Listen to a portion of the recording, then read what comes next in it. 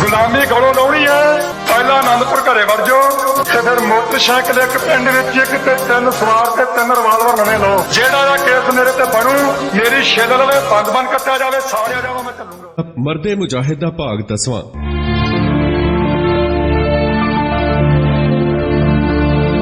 ਮਰਦੇ ਮੁਜਾਹਿਦ ਸੰਤ ਜਰਨੈਲ ਸਿੰਘ ਜੀ ਖਾਲਸਾ ਪਿੰਡਰਾ ਵਾਲੇ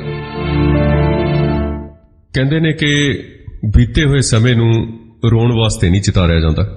ਬੀਤੇ ਹੋਏ ਸਮੇਂ ਦੀ ਗੱਲ ਜਦੋਂ ਅਸੀਂ ਕਰਦੇ ਹਾਂ ਤਾਂ ਸਿਰਫ ਇਸ ਕਰਕੇ ਨਹੀਂ ਕਰਦੇ ਕਿ ਰੋਈਏ ਪਿੱਟੀਏ, ਸਗੋਂ ਆਪਣੇ ਚਿੰਤਨ ਕਰਨ ਲਈ ਇਸ ਨੂੰ ਚਿਤਾਰਿਆ ਜਾਂਦਾ ਹੈ। ਬੀਤੇ ਹੋਏ ਸਮੇਂ ਚੋਂ ਪ੍ਰਗਟ ਹੋਇਆ ਭਵਿੱਖ ਉਹਦੇ ਨਾਲੋਂ ਕਾਫੀ ਵੱਖਰਾ ਹੋਣਾ ਚਾਹੀਦਾ ਤਾਂ ਕਿ ਅਤੀਤ ਜਿਹੜਾ ਹੈਗਾ ਉਹ ਦੁਬਾਰਾ ਤੋਂ ਦੁਹਰਾਇਆ ਨਾ ਜਾ ਸਕੇ। ਇਸ ਕਰਕੇ ਅਸੀਂ ਇਸ ਬੀਤੇ ਹੋਏ ਸਮੇਂ ਦੀ ਗੱਲ ਕਰਦੇ ਹਾਂ। ਜੂਨ 1984 ਦੇ ਵਿੱਚ ਜੋ ਸ਼੍ਰੀ ਹਰਿਮੰਦਰ ਸਾਹਿਬ ਦੇ ਉੱਤੇ ਭਾਰਤੀ ਫੌਜਾਂ ਨੇ, ਹਿੰਦੂ ਫੌਜਾਂ ਨੇ ਹਮਲਾ ਕੀਤਾ, ਤਾਂ ਉਹਦੇ ਬਾਰੇ ਅਸੀਂ ਕੱਲ ਵੀ ਗੱਲ ਕੀਤੀ ਸੀ ਤੇ ਕਾਫੀ ਸਾਨੂੰ ਜਦੋਂ ਅਸੀਂ ਸੋਚਦੇ ਹਾਂ ਆਪਣੇ ਆਪ ਤੇ ਗੁੱਸਾ ਆਉਂਦਾ ਹੈ, ਆਪਣੇ ਆਪ ਤੇ ਆਪਣੀ ਸੋਚ ਤੇ ਕਾਫੀ ਨਫ਼ਰਤ ਹੋਣ ਲੱਗਦੀ ਹੈ ਕਈ ਵਾਰ ਕਿ ਅਸੀਂ ਉਹ ਕੁਝ ਕਿਉਂ ਨਹੀਂ ਕਰ ਸਕੇ ਜੋ ਕੁਝ ਸਾਨੂੰ ਹੁਕਮ ਦੇ ਕੇ ਗਿਆ ਸੀ 20ਵੀਂ ਸਦੀ ਦਾ ਮਹਾਨ ਜਰਨੈਲ। ਹਰ ਕਿਸੇ ਦੀਆਂ ਆਪਣੀਆਂ ਮਜਬੂਰੀਆਂ ਹੁੰਦੀਆਂ ਨੇ, ਹਰ ਕਿਸੇ ਦੇ ਆਪਣੇ ਤੌਖਲੇ ਹੁੰਦੇ ਨੇ, ਖਦਸ਼ੇ ਹੁੰਦੇ ਨੇ, ਡਰ ਹੁੰਦੇ ਨੇ, ਪਰ ਜਦੋਂ ਅਸੀਂ ਉਹਨਾਂ ਦੇ ਹੁਕਮ ਨੂੰ ਚਿਤਾਰਦੇ ਹਾਂ, ਵਿਚਾਰਦੇ ਹਾਂ ਤਾਂ ਗੱਲ ਫੇਰ ਉੱਥੇ ਹੀ ਆ ਜਾਂਦੀ ਹੈ। ਚਾਹੇ ਅਸੀਂ ਆਪਸ ਦੇ ਵਿੱਚ ਕਿੰਨਾ ਵੀ ਲੜਦੇ ਹਾਂ, ਇੱਕ ਦੂਜੇ ਦੀਆਂ ਪੱਗਾਂ ਵੀ ਲਾਹ ਦਿੰਦੇ ਹਾਂ, ਗੁੱਸਾ ਵੀ ਕਰਦੇ ਹਾਂ, ਗਿਲਾ ਵੀ ਕਰਦੇ ਹਾਂ, ਪਰ ਇੱਕ ਗੱਲ ਜਿਹੜੀ ਹੈਗੀ ਹੈ ਸਮੁੱਚੇ ਰੂਪ 'ਚ ਸਾਡੇ 'ਚ ਪ੍ਰਧਾਨ ਹੈ, ਉਹ ਹੈ ਕਿ ਅਸੀਂ ਸੰਤਾਂ ਦੇ ਬਚਨਾਂ ਤੇ ਫੁੱਲ ਕਿਉਂ ਨਹੀਂ ਚੜਾ ਸਕੇ। ਕਿੱਥੇ ਉਕਾਈ ਕਿੱਥੇ ਹੋਈ ਹੈ ਸਾਡੇ ਕੋਲੋਂ। ਠੀਕ ਹੈ, ਜਦੋਂ ਸੰਤ ਸ਼ਹੀਦੀ ਪਾਉਣ ਲਈ ਤਿਆਰ ਹੋ ਰਹੇ ਸਨ, ਜਦੋਂ ਉਹਨਾਂ ਨੂੰ ਪਤਾ ਚੱਲ ਗਿਆ ਸੀ ਕਿ ਹੁਣ ਹੋਰ ਜ਼ਿਆਦਾ ਸਮਾਂ ਅਸੀਂ ਟਿਕ ਨਹੀਂ ਸਕਦੇ, ਤਾਂ ਉਹਨਾਂ ਨੇ ਕਹੇ ਸੀ, ਆਖਰੀ ਸ਼ਬਦ ਕੀ ਸਨ ਉਹਨਾਂ ਦੇ? ਉਹਨਾਂ ਨੇ ਕਿਹਾ ਸੀ ਕਿ ਜਿਸ ਅਕਾਲ ਤਖਤ ਨੂੰ ਸਮੇਂ ਦੀ ਹਕੂਮਤ ਨੇ ਢਹਿ ਢੇਰੀ ਕੀਤਾ, ਖਾਲਸਾ ਪੰਥ ਉਸ ਨੂੰ ਸੋਨੇ ਤੇ ਹੀਰਿਆਂ ਦੇ ਨਾਲ ਜੜੇਗਾ। ਸਿੰਘੋ, ਜਿਹਨੇ ਸ਼ਹੀਦ ਹੋਣਾ, ਆਓ ਚੱਲੀਏ। ਇਹ ਸ਼ਬਦ ਸਨ ਉਹਨਾਂ ਦੇ ਆਖਰੀ ਸ਼ਬਦ। ਤੇ ਕੀ ਵਿਚਾਰ ਚੱਲ ਰਹੇ ਹੋਣਗੇ ਉਹਨਾਂ ਦੇ ਮਨ ਦੇ ਵਿੱਚ ਉਸ ਵੇਲੇ, ਕੀ ਸੋਚ ਚੱਲ ਰਹੀ ਹੋਏਗੀ। ਸਿੱਖ ਸੰਸਾਰ ਦਾ, ਸਿੱਖ ਰਾਜ ਦਾ, ਸਿੱਖ ਦੇਸ਼ ਦਾ ਕੀ ਨਕਸ਼ਾ ਚੱਲ ਰਿਹਾ ਹੋਏਗਾ ਉਹਨਾਂ ਦੇ ਦਿਮਾਗ 'ਚ। ਕਦੇ ਕਿਸੇ ਨੇ ਸੋਚਿਆ? ਇਹ ਗੱਲਾਂ ਵਿਚਾਰ ਦੀਆਂ ਗੱਲਾਂ ਨੇ, ਸੋਚ ਵਿਚਾਰ ਦੀਆਂ ਗੱਲਾਂ ਨੇ ਇਹ। ਤੇ ਐਵੇਂ ਹੀ ਜਨਰਲ ਸ਼ਵੇਗ ਸਿੰਘ ਦੀ ਸ਼ਹੀਦੀ ਜਿਹੜੀ ਹੈਗੀ ਹੈ, ਉਹਦੇ ਬਾਰੇ ਵੀ ਅਸੀਂ ਗੱਲ ਕਰ ਚੁੱਕੇ ਹਾਂ। ਸੰਤਾਂ ਨੇ ਇਸ ਪੂਰੀ ਲੜਾਈ ਦੇ ਦੌਰਾਨ 5 ਦਿਨ ਪੂਰੇ ਸਿਰਫ ਇੱਕ ਘੜੀ ਆਰਾਮ ਕੀਤਾ ਹੋਵੇਗਾ, ਇੱਕ ਘੜੀ ਲੰਮੇ ਪਏ ਹੋਣਗੇ, ਥੋੜਾ ਜਿਹਾ ਆਰਾਮ ਉਹਨਾਂ ਨੇ ਕੀਤਾ। ਜਦੋਂ ਉਹ ਆਰਾਮ ਕਰ ਰਹੇ ਸਨ ਤਾਂ ਬਿਲਕੁਲ ਇੱਕ ਬੰਬ ਜਿਹੜਾ ਹੈਗਾ ਸੀ ਪਿੱਛੇ ਖੂਹ ਵਾਲੇ ਪਾਸੇ ਆ ਕੇ ਡਿੱਗਾ, ਖੂਹ ਦੀ ਮਮਟੀ ਨੂੰ ਵੱਜਾ ਤੇ ਖੂਹ ਦਾ ਜਿਹੜਾ ਅੱਧਾ ਹਿੱਸਾ ਸੀ ਡਿੱਗ ਕੇ ਉਹਦੇ ਵਿੱਚ ਜਾ ਪਿਆ। ਤੇ ਇਸ ਦੌਰਾਨ ਕੁਝ ਸਿੰਘ ਸਨ ਜਿਹੜੇ ਉਹ ਸੰਤਾਂ ਨੂੰ ਓਟ ਕਰਨ ਵੀ ਆਏ, ਸ਼ਾਇਦ ਕਿ ਸੰਤਾਂ ਨੂੰ ਕੋਈ ਚੋਟ ਨਾ ਹੋਵੇ। ਤਾਂ ਸੰਤ ਉਹਨਾਂ ਨੂੰ ਮਜ਼ਾਕ ਕਰਨ ਲੱਗੇ। ਉਹ ਕਹਿੰਦੇ, ਭਾਈ ਇਹ ਸਰੀਰ ਦੀ ਚਿੰਤਾ ਨਾ ਕਰੋ, ਇਹ ਸਾਧ ਦੀ ਭੂਰੀ ਹੈ ਤੇ ਭੂਰੀ ਤੇ ਹੀ ਇਕੱਠ ਹੁੰਦਾ ਤੇ ਭੂਰੀ ਲਾ ਦੇਣੀ ਹੈ ਹੁਣ। ਤੇ ਅਖੀਰਲੇ ਸਮੇਂ ਤੱਕ ਸੰਤ ਮਜ਼ਾਕ ਵੀ ਕਰਦੇ ਰਹੇ। ਤੇ ਇਸ ਦੌਰਾਨ ਮੀਟਿੰਗ ਵੀ ਹੋਈ ਸੰਤਾਂ ਦੀ। ਉਸ ਮੀਟਿੰਗ 'ਚ ਜਿਵੇਂ ਅਸੀਂ ਕੱਲ ਗੱਲ ਕੀਤੀ ਹੈ ਭਾਈ ਰਛਪਾਲ ਸਿੰਘ ਹੋਰਾਂ ਦੀ ਸ਼ਹੀਦੀ ਦੀ, ਇਸ ਮੀਟਿੰਗ 'ਚ ਭਾਈ ਅਮਰੀਕ ਸਿੰਘ, ਇੱਕ ਭਾਈ ਗੁਰਮੁਖ ਸਿੰਘ ਸਨ, ਭਾਈ ਦਾਰਾ ਸਿੰਘ, ਭਾਈ ਤਰਲੋਚਨ ਸਿੰਘ ਉਦੋਵਾਲ ਤੇ ਭਾਈ ਰਛਪਾਲ ਸਿੰਘ। ਇਹ 5-7 ਸਿੰਘ ਉਸ ਮੀਟਿੰਗ 'ਚ ਸ਼ਾਮਲ ਸਨ। ਤੇ ਇਸ ਮੀਟਿੰਗ 'ਚ ਵਿਉਂਤਬੰਦੀ ਸੀ ਜਿਹੜੀ ਇਹੋ ਹੀ ਸੀ ਕਿ ਸ਼ਹੀਦੀ ਕਿਵੇਂ ਪਾਉਣੀ ਹੈ। ਤਾਂ ਇਹਦੇ ਨਾਲ ਹੀ ਭਾਈ ਅਮਰੀਕ ਸਿੰਘ ਜਿਹੜੇ ਆਲ ਇੰਡੀਆ ਸਿੱਖ ਸਟੂਡੈਂਟਸ ਫੈਡਰੇਸ਼ਨ ਦੇ ਪ੍ਰਧਾਨ ਸਨ, ਉਹਨਾਂ ਨੂੰ ਇਹ ਬਕਾਇਦਾ ਤੌਰ ਦੇ ਉੱਤੇ ਸੰਤ ਉਹਨਾਂ ਨੂੰ ਕਹਿੰਦੇ ਸਨ ਕਿ ਤੁਸੀਂ ਜਿਹੜੀ ਖਬਰਸਾਰ ਹੈ, ਕਿਉਂਕਿ ਬਾਹਰਲੇ ਸਾਰੇ ਜਿਹੜੇ ਸੋਮੇ ਸਨ ਕੱਟ ਦਿੱਤੇ ਗਏ ਸਨ, ਤੇ ਭਾਈ ਅਮਰੀਕ ਸਿੰਘ ਕੋਲ ਇੱਕ ਰੇਡੀਓ ਸੀ ਤੇ ਰੇਡੀਓ ਤੇ ਖਬਰਾਂ ਸੁਣਦੇ ਸਨ। ਉਹ ਹਰ ਖਬਰ ਦੇ ਉੱਤੇ ਪੂਰਾ ਬਾਹਰਲੀ ਦੁਨੀਆ ਨਾਲ ਵੀ ਰਾਬਤਾ ਰੱਖਿਆ ਹੋਇਆ ਸੀ ਤੇ ਹਰ ਖਬਰ ਦੇ ਉੱਤੇ ਇਹ ਦੇਖਿਆ ਜਾ ਰਿਹਾ ਸੀ ਕਿ ਕਦੋਂ ਕਰਫਿਊ ਦੇ ਵਿੱਚ ਢਿੱਲ ਦਿੱਤੀ ਜਾਣੀ ਹੈ ਤੇ ਕਦੋਂ ਕੀ ਹੋ ਰਿਹਾ ਤੇ ਕੀ ਹੋ ਰਿਹਾ। ਤੇ ਨਾਲ ਉਹ ਆਪਣੇ ਸਿੰਘਾਂ ਨੂੰ ਹੁਕਮ ਦਿੰਦੇ ਸਨ ਕਿ ਜਿਹੜਾ ਇਹ ਲੜਾਈ ਛੱਡ ਕੇ ਜਾਣਾ ਚਾਹੁੰਦਾ ਤੇ ਉਹ ਜਾ ਸਕਦਾ। ਤੇ ਕਰਫਿਊ ਦੇ ਵਿੱਚ ਢਿੱਲ ਇਸ ਕਰਕੇ ਪੁੱਛਦੇ ਸੀ ਕਿ ਕਦੋਂ, ਕਿੰਨੇ ਵਜੇ, ਕਿਸ ਤਰੀਕੇ ਨਾਲ ਕਰਫਿਊ 'ਚ ਛੋਟ ਮਿਲਣੀ ਹੈ। ਤੇ ਬਕਾਇਦਾ ਇਹ ਗੱਲ ਕਹਿੰਦੇ ਸੀ ਕਿ ਜਿਨ੍ਹਾਂ ਦੇ ਉੱਤੇ ਕੋਈ ਮੁਕੱਦਮਾ ਨਹੀਂ ਹੈ ਉਹ ਫੌਰਨ ਨਿਕਲ ਜਾਵੇ ਇੱਥੋਂ ਤੇ ਬਾਹਰ ਜਾ ਕੇ ਸੇਵਾ ਕਰੇ। ਤਾਂ ਇਸ ਦੌਰਾਨ ਬਹੁਤ ਸਾਰੇ ਸਿੰਘ ਸਨ ਜਿਹੜੇ ਉਹ ਨਿਕਲੇ ਵੀ, ਜਿਨ੍ਹਾਂ ਤੇ ਮੁਕੱਦਮੇ ਸਨ ਉਹ ਵੀ ਨਿਕਲੇ ਤੇ ਜਿਨ੍ਹਾਂ ਤੇ ਮੁਕੱਦਮੇ ਨਹੀਂ ਸਨ ਉਹ ਵੀ ਉੱਥੋਂ ਨਿਕਲੇ। ਇਹਨਾਂ ਦੇ ਵਿੱਚ ਗੁਰਸ਼ਰਨ ਸਿੰਘ, ਭਾਈ ਲਾਭ ਸਿੰਘ, ਸੁਖਦੇਵ ਸਿੰਘ ਸੁੱਖਾ ਸਿਪਾਹੀ ਦੇ ਨਾਮ ਨਾਲ ਜਾਣੇ ਜਾਂਦੇ ਨੇ। ਉਹ ਪਹਿਲਾਂ ਤੇ ਬਾਅਦ ਦੇ ਵਿੱਚ ਸੰਤਾਂ ਦੇ ਸੰਪਰਕ 'ਚ ਆਉਣ ਤੋਂ ਬਾਅਦ ਭਾਈ ਲਾਭ ਸਿੰਘ ਉਹਨਾਂ ਦਾ ਨਾਮ ਰੱਖਿਆ ਗਿਆ ਸੀ, ਸੰਤਾਂ ਨੇ ਰੱਖਿਆ ਸੀ।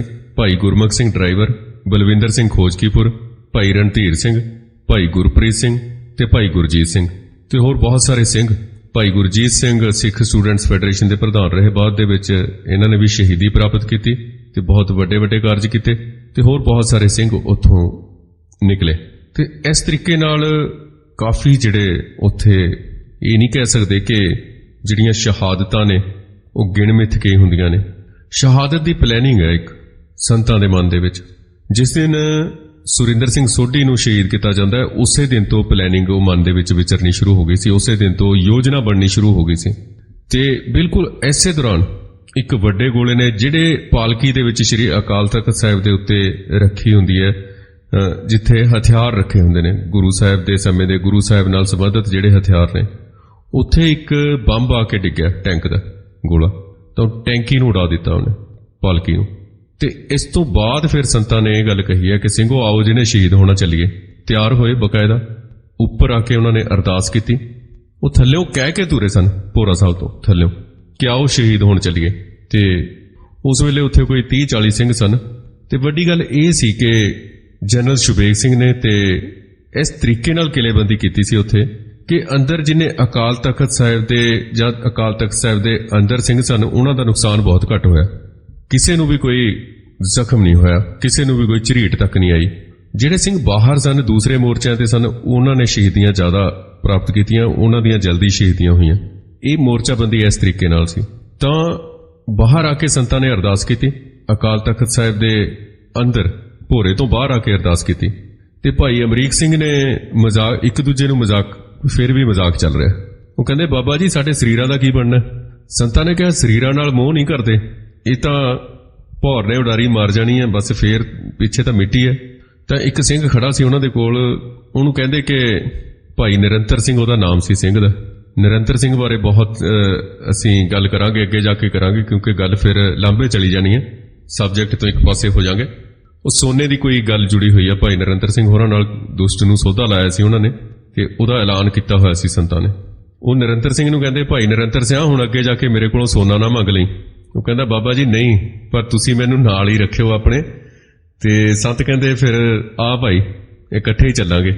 ਤੇ ਇੱਕ ਬਲਵਿੰਦਰ ਸਿੰਘ, ਭਾਈ ਪ੍ਰੀਤਮ ਸਿੰਘ ਫਤੂ ਢਿੰਗਾ, ਇਹ ਸਾਰੇ ਸਿੰਘ ਉਦੋਂ ਨਾਲ ਹੀ ਸਨ ਸੰਤਾਂ ਦੇ। ਤੇ ਫਿਰ ਸੰਤਾਂ ਨੇ ਅਰਦਾਸ ਕੀਤੀ, ਇਹ ਛੋਟੀ ਅਰਦਾਸ ਸੀ। ਗੁਰੂ ਮਹਾਰਾਜ ਦਾ ਨਾਮ ਲੈ ਕੇ ਅਖੀਰਲੇ ਸ਼ਬਦ ਉਹਨਾਂ ਦੇ ਸਨ ਕਿ ਧੰਨ ਧੰਨ ਸ੍ਰੀ ਗੁਰੂ ਹਰਗੋਬਿੰਦ ਸਾਹਿਬ ਮਹਾਰਾਜ ਸੱਚੇ ਪਾਤਸ਼ਾਹ, ਮੀਰੀ ਪੀਰੀ ਦੇ ਮਾਲਕੋ, ਤੁਹਾਡੇ ਚਰਨਾਂ 'ਚ ਬੇਨਤੀ ਆ, ਜਿੰਨਾ ਚਿਰ ਸਿੱਖ ਕੌਮ ਦਾ ਘਰ ਨਹੀਂ ਬਣਦਾ ਮੈਂ ਬਾਰ-ਬਾਰ ਜਨਮ ਲਵਾਂ। ਉਹਨਾਂ ਨੇ ਇਹ ਬਚਨ ਕਹੇ ਤੇ ਐਨੀ ਗੱਲ ਕਹਿ ਕੇ ਅਰਦਾਸ ਤੋਂ ਪਹਿਲਾਂ ਉਹਨਾਂ ਨੇ ਇਹ ਗੱਲ ਵੀ ਕਹੀ ਸੀ ਕਿ ਜਿਸ ਅਕਾਲ ਤਖਤ ਸਾਹਿਬ ਨੂੰ ਸਮੇਂ ਦੀ ਜ਼ਾਲਮ ਹਕੂਮਤ ਨੇ ਢਹਿ ਢੇਰੀ ਕੀਤਾ, ਖਾਲਸਾ ਪੰਥ ਤੇ ਗੁਰੂ ਕੇ ਸਿੰਘ ਇਹਨੂੰ ਸੋਨੇ ਤੇ ਹੀਰਿਆਂ ਦੇ ਨਾਲ ਜੜਨਗੇ। ਤੇ ਇੱਕ ਸਿੰਘ ਸੀ ਉੱਥੇ ਜਿਹਨੇ ਸਾਰੀ ਜਾਣਕਾਰੀ ਦਿੱਤੀ, ਬਿਲਕੁਲ ਨਾਲ ਸੀ ਸੰਤਾਂ ਦੇ, ਉਹ ਗੁਪਤ ਰੱਖਿਆ ਉਹਨੇ ਆਪਣਾ ਨਾਮ। ਤੇ ਹੋਰ ਵੀ ਕਾਫੀ ਸਿੰਘ ਸਨ। ਤੇ ਇੱਧਰਲੇ ਉਧਰਲੇ ਪਾਸਿਓਂ ਕਾਫੀ ਥਾਂ ਤੋਂ ਗੋਲੀਆਂ ਦੀ ਵਾਛੜ ਉਸੇ ਤਰ੍ਹਾਂ ਆ ਰਹੀ ਸੀ। ਤੇ ਪੌੜੀਆਂ 'ਚ ਜਿਹੜੀਆਂ ਅਕਾਲ ਤਖਤ ਸਾਹਿਬ ਤੋਂ ਉਤਰਦੀਆਂ ਸਨ, ਨਾਲ ਬੇਰੀ ਦੇ ਨਾਲ ਉੱਥੇ ਜਗ੍ਹਾ ਹੁੰਦੀ ਉਤਰਨ ਲਈ, ਚੜ੍ਹਨ ਦੇ ਲਈ 2 ਬੰਦੇ ਇੱਕ ਵਾਰ 'ਚ ਚੜ੍ਹ ਉਤਰ ਸਕਦੇ ਨੇ। ਹੁਣ ਤਾਂ ਜਿਹੜਾ ਨਵਾਂ ਅਕਾਲ ਤਖਤ ਸਾਹਿਬ ਬਣਾਇਆ ਉਹ ਕਾਫੀ ਚੌੜੀਆਂ ਨੇ ਪੌੜੀਆਂ, ਉੱਥੋਂ 10-10, 12-12 ਬੰਦੇ ਚੜ੍ਹ ਉਤਰ ਸਕਦੇ ਨੇ, ਪਰ ਉਸ ਵੇਲੇ 2 ਬੰਦਿਆਂ ਦੇ ਲਈ ਥਾਂ ਸੀ। ਤੇ ਉਸ ਵੇਲੇ ਸੰਤਾਂ ਦੇ ਕੋਲ ਇੱਕ ਵੱਡੀ ਸ਼ੇਰੀ ਸਾਹਿਬ ਸੀ ਗਾਤਰੇ ਵਾਲੀ। ਉਹਨਾਂ ਨੇ ਉਹ ਵੱਡੀ ਸ਼ੇਰੀ ਸਾਹਿਬ ਸੀ ਜਿਹੜੀ ਉਹ ਬਾਕੀ ਸ਼ਸਤਰਾਂ ਦੇ ਨੇੜੇ ਰੱਖਤੀ, ਤੇ ਜਿਹੜਾ ਪਿਸਤੌਲ ਸੀ ਉਹ ਉਹਨਾਂ ਨੇ ਆਪਣੇ ਗਲ 'ਚ ਹੀ ਪਾਇਆ ਹੋਇਆ ਸੀ ਉਸੇ ਤਰ੍ਹਾਂ। ਤੇ ਇੱਕ ਉਹ ਸਿੰਘ ਦੱਸਦੇ ਨੇ ਕਿ ਇੱਕ ਗਨ ਵੀ ਉਹਨਾਂ ਦੇ ਹੱਥ 'ਚ ਫੜੀ ਹੋਈ ਸੀ ਉਸ ਵੇਲੇ। ਤੇ ਇੱਕੋ ਹੀ ਰਸਤਾ ਬਚਿਆ ਸੀ ਬੇਰੀ ਵਾਲਾ ਬਾਹਰ ਆਉਣ ਲਈ, ਤੇ ਦੂਜਾ ਰਸਤਾ ਬਿਲਕੁਲ ਬੰਦ ਹੋ ਗਿਆ ਸੀ ਕਿਉਂਕਿ ਉੱਥੇ ਮਲਬਾ ਕਾਫੀ ਡਿੱਗ ਚੁੱਕਾ ਸੀ ਇਮਾਰਤ ਦਾ, ਉੱਤੇ ਗੋਲੇ ਵੱਜ-ਵੱਜ ਕੇ ਬੰਬ ਜਿਹੜੇ ਸੁੱਟੇ ਸੀ ਟੈਂਕਾਂ ਤੋਂ ਫੌਜ ਨੇ, ਤੇ ਦੂਜਾ ਰਸਤਾ ਬਿਲਕੁਲ ਬੰਦ ਹੋ ਗਿਆ ਸੀ। ਤੇ ਸਾਹਮਣੇ ਬਿਲਕੁਲ ਟੈਂਕ ਸੀ ਤੇ 4 ਚੁਫੇਰੇ ਫੌਜ ਖੜੀ ਸੀ ਪੂਰਾ, ਕਿਉਂਕਿ ਸਾਰੇ ਪਾਸੇ ਕਬਜ਼ਾ ਕਰ ਚੁੱਕੇ ਸੀ ਉਦੋਂ ਤੱਕ। ਬਸ ਉਹੋ ਹੀ ਰਸਤਾ ਸੀ ਇੱਕ ਥੱਲੇ ਉਤਰਨ ਦਾ। ਤੇ ਇਹ ਸਾਰੇ ਸਿੰਘ ਨਾਲ ਆ ਗਏ ਫਿਰ, ਜਿਨ੍ਹਾਂ ਨੇ ਸ਼ਹੀਦੀਆਂ ਦੇਣੀਆਂ ਸਨ, ਜਿਨ੍ਹਾਂ ਨੇ ਸ਼ਹੀਦੀਆਂ ਦੇਣੀਆਂ ਸਨ, ਕਿ ਸਾਰੇ ਜਿੰਨੇ ਉੱਥੇ ਸੀ ਆ ਗਏ, ਕਿਉਂਕਿ ਉਹ ਸਾਰੇ ਜਿਹੜੇ ਉੱਥੇ ਰਹਿ ਗਏ ਸਨ 30-40 ਸਿੰਘ, ਉਹ ਸਾਰੇ ਸ਼ਹੀਦੀਆਂ ਦੇਣ ਵਾਲੇ ਹੀ ਸਨ।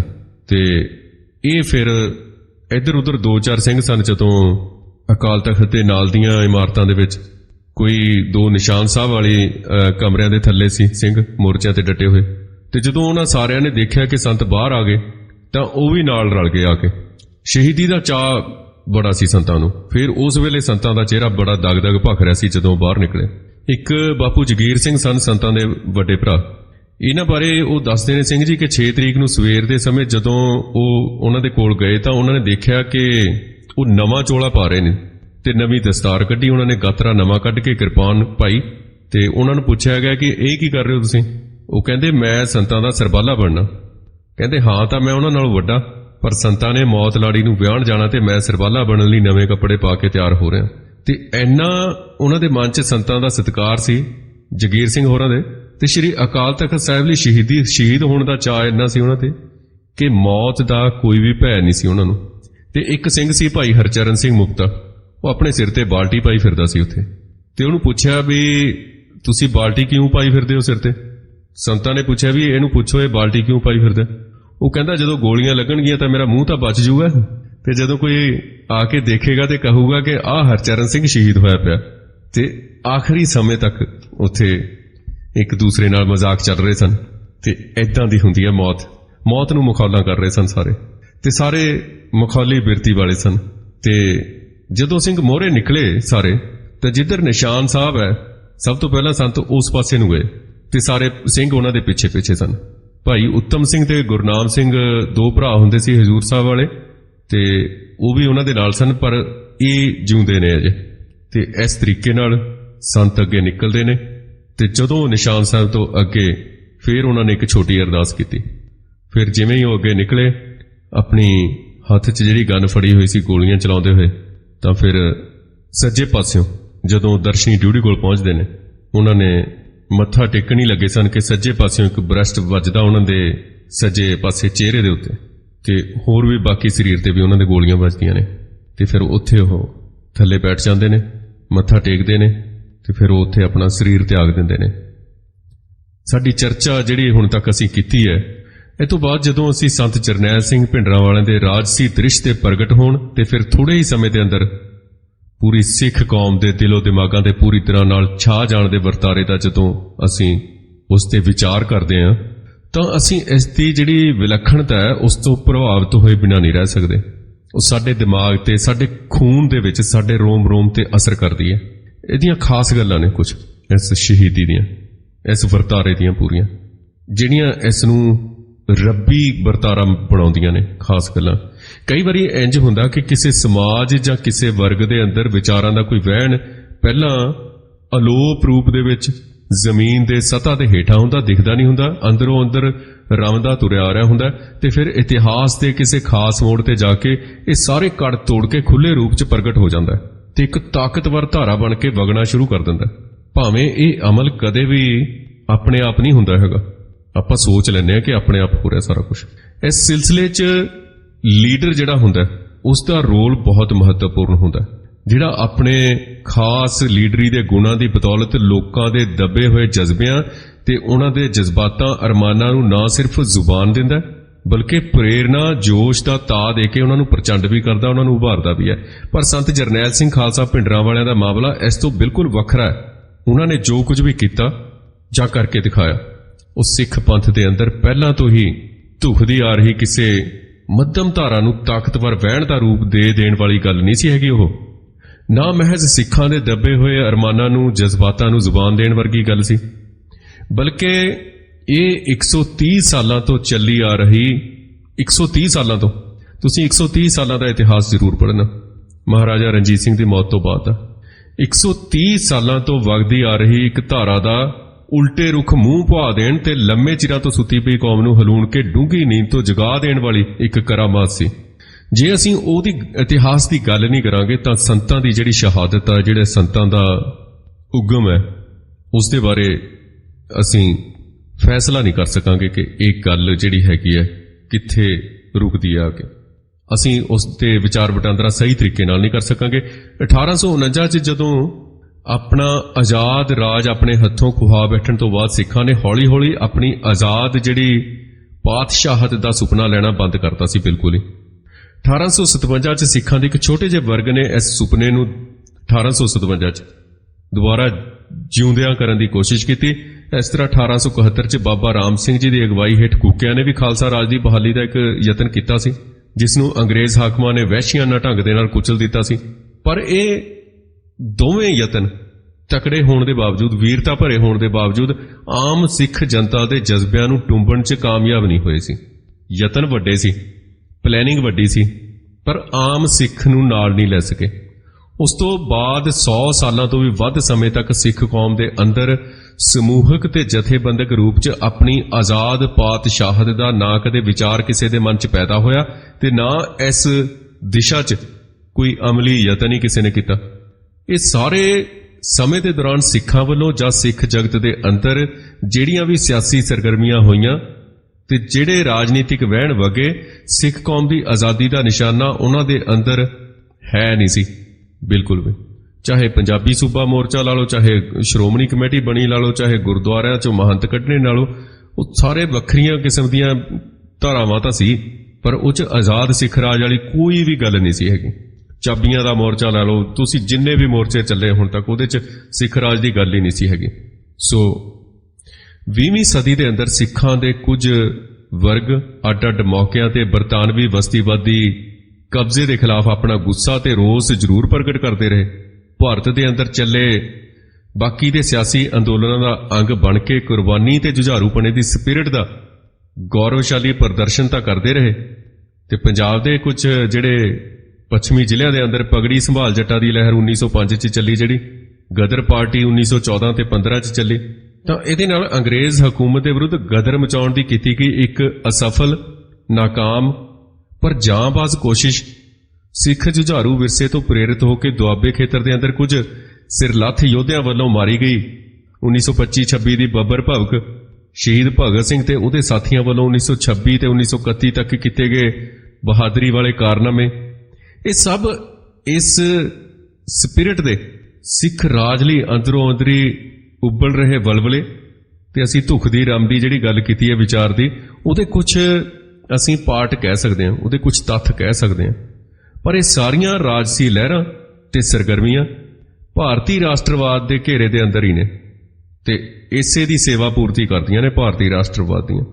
ਸਿੱਖ ਕੌਮ ਦੀ ਆਜ਼ਾਦੀ ਦਾ ਜਿਹੜਾ ਨਿਸ਼ਾਨਾ ਨਾ ਸਿਰਫ ਇਹਨਾਂ ਦੀ ਕਿਸੇ ਰਾਜਨੀਤਿਕ ਯੋਜਨਾ ਤੇ ਕਾਰਜਕ੍ਰਮ ਦਾ ਅੰਗ ਸੀ, ਬਲਕਿ ਇਹ ਇਹਨਾਂ ਦੀ ਕੁਰੈਤ ਤੇ ਜੇ ਅਸੀਂ ਕਹਿ ਲਈਏ ਤਾਂ ਇਹ ਇਸ ਦੀ ਗੰਦੀ ਸ਼ਕਲ ਦਾ ਭਾਵ ਰੱਖਦਾ ਸੀ। ਇਹਨਾਂ ਦੀ ਸਮੁੱਚੀ ਸਿਧਾਂਤਕ ਦਿਸ਼ਾ ਤੇ ਧੁੱਸ ਸਿੱਖ ਕੌਮ ਦੀ ਵੱਖਰੀ ਹਸਤੀ ਨੂੰ ਕਮਜ਼ੋਰ ਕਰਨਾ ਤੇ ਅੰਤਮ ਨਿਰਣੇ ਦੇ ਤੌਰ ਤੇ ਇਸ ਨੂੰ ਮਲੀਆਮੇਟ ਕਰਨ ਦੀਆਂ ਸਿਖਰ ਸੰਭਾਵਨਾਵਾਂ ਪ੍ਰਗਟਾਉਂਦੀਆਂ ਨੇ ਇਹ ਲਹਿਰਾਂ ਸਾਰੀਆਂ ਆਪਣੇ ਆਪ ਦੇ ਵਿੱਚ। ਇਸੇ ਤਰ੍ਹਾਂ ਇਸੇ ਸਮੁੱਚੇ ਸਮੇਂ ਦੇ ਦੌਰਾਨ ਸਿੱਖ ਭਾਈਚਾਰੇ ਨੂੰ ਧਾਰਮਿਕ ਪੱਖ ਤੋਂ ਪੱਕਿਆਂ ਕਰਨ ਤੇ ਇਹਨਾਂ ਪੱਕਿਆਂ ਕਰਨ ਦੇ ਜਿਹੜੇ ਯਤਨ ਨਾਲੋਂ ਨਾਲ ਵੀ ਚੱਲਦੇ ਰਹੇ ਤੇ 19ਵੀਂ ਸਦੀ ਦੀ ਆਖਰੀ ਚੌਥਾਈ ਦੇ ਅੰਦਰ ਜਿਹੜੀ ਸਿੰਘ ਸਭਾ ਦੀ ਲਹਿਰ ਨੇ ਸਿੱਖ ਧਰਮ ਅਤੇ ਭਾਈਚਾਰੇ ਦੀਆਂ ਹਿੰਦੂ ਧਰਮ ਅਤੇ ਸਮਾਜ ਨਾਲੋਂ ਵੱਖਰੇਵੇਂ ਦੀਆਂ ਹੱਦਬੰਦੀਆਂ ਨੂੰ ਸਪਸ਼ਟ ਰੂਪ 'ਚ ਸਾਹਮਣੇ ਲਿਆਉਣ ਤੇ ਸਥਾਪਿਤ ਕਰਨ 'ਚ ਬਹੁਤ ਵਧੀਆ ਕੰਮ ਕੀਤਾ, ਜਿਨ੍ਹਾਂ ਕਰਕੇ ਸਿੱਖ ਪੰਥ ਦੇ ਬਹੁਤ ਵੱਡੇ ਹਿੱਸੇ ਦੇ ਅੰਦਰ ਆਪਣੀ ਵੱਖਰੀ ਪਛਾਣ ਬਾਰੇ ਚੇਤਨਾ ਦੁਬਾਰਾ ਜਾਗੀ, ਜਿਹੜੀ ਕਿ ਬਹੁਤ ਖੁੰਡੀ ਹੋ ਚੁੱਕੀ ਸੀ ਪਹਿਲਾਂ। ਪਰ ਇਹ ਚੇਤਨਾ ਸਿਰਫ ਧਾਰਮਿਕ ਪੱਖ ਤੱਕ ਹੀ ਸੀਮਿਤ ਰਹੀ, ਸਿਰਫ ਧਾਰਮਿਕ ਪੱਖ ਤੱਕ।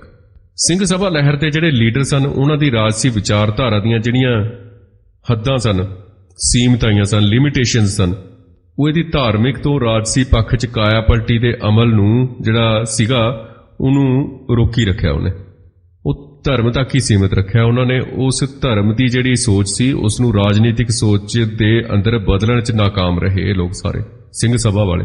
ਨਤੀਜਾ ਕੀ ਨਿਕਲਿਆ? ਸਿੱਖ ਪੰਥ ਦੇ ਕੁਝ ਵਰਗਾਂ ਦੇ ਅੰਦਰ ਆਪਣੀ ਵੱਖਰੀ ਧਾਰਮਿਕ ਹਸਤੀ ਦਾ ਅਹਿਸਾਸ ਤਾਂ ਭਾਵੇਂ ਕਾਫੀ ਹੱਦ ਤੱਕ ਪੈਦਾ ਹੋ ਗਿਆ, ਪਰ ਪੰਥ ਦੇ ਕਿਸੇ ਵੀ ਵਰਗ ਦੇ ਅੰਦਰ ਕੌਮੀ ਆਜ਼ਾਦੀ ਦਾ ਰਾਜਸੀ ਜਜ਼ਬਾ ਪ੍ਰਫੁੱਲਤ ਨਹੀਂ ਹੋਇਆ। ਸੋ ਇਸ ਨੇ ਬਾਅਦ 'ਚ ਜਾ ਕੇ ਸਿੱਖ ਕੌਮ ਦੀ ਜਿਹੜੀ ਬਹੁਤ ਵੱਡੀ ਸਿਆਸੀ ਹਾਨੀ ਕਰਵਾਈ, ਨੁਕਸਾਨ ਕਰਵਾਇਆ ਤੇ ਨਾਲ ਹੀ ਹੇਠੀ ਵੀ ਕਰਵਾਈ ਇਸੇ ਗੱਲ ਨੇ, ਕਿਉਂ ਰਾਜਨੀਤਿਕ ਤੌਰ ਤੇ ਸਿਆਸੀ ਤੌਰ ਤੇ ਚੇਤਨ ਨਹੀਂ ਸੀ। ਅਸੀਂ ਉਹ ਵਰਗ ਨਹੀਂ ਪੈਦਾ ਕਰ ਸਕੇ, ਅਸੀਂ ਉਹ ਲੀਡਰ ਨਹੀਂ ਪੈਦਾ ਕਰ ਸਕੇ ਜਿਹੜਾ ਸਿਆਸੀ ਤੌਰ ਤੇ ਉੱਤੇ ਚੇਤਨ ਹੋਵੇ, ਜਾਗਦਾ ਹੋਵੇ। ਤੇ ਤੋਂ ਬਾਅਦ 20ਵੀਂ ਸਦੀ ਦੇ ਸ਼ੁਰੂ ਦੇ ਵਿੱਚ ਸੰਤ ਅਤਰ ਸਿੰਘ ਮਸਤੂਆਣੇ ਵਾਲੇ ਨੇ ਆਪਣੀ ਦੈਵੀ ਸ਼ਕਤੀ ਤੇ ਰੂਹਾਨੀ ਪ੍ਰੇਰਨਾ ਦੇ ਪ੍ਰਭਾਵ ਦੇ ਨਾਲ ਸਿੱਖ ਭਾਈਚਾਰੇ ਦੇ ਹਿੱਸਿਆਂ ਤੇ ਮਤਲਬ ਮਨਾਂ ਅੰਦਰ ਸਿੱਖੀ ਪਿਆਰ ਦੀ ਤਰੰਗਤਾ ਪੈਦਾ ਕੀਤੀ ਤੇ ਅੰਮ੍ਰਿਤ ਛਕਾ ਕੇ ਗੁਰੂ ਦੇ ਲੜ ਲਾਉਣ ਲਈ ਵੀ ਪ੍ਰੇਰਿਤ ਕੀਤਾ।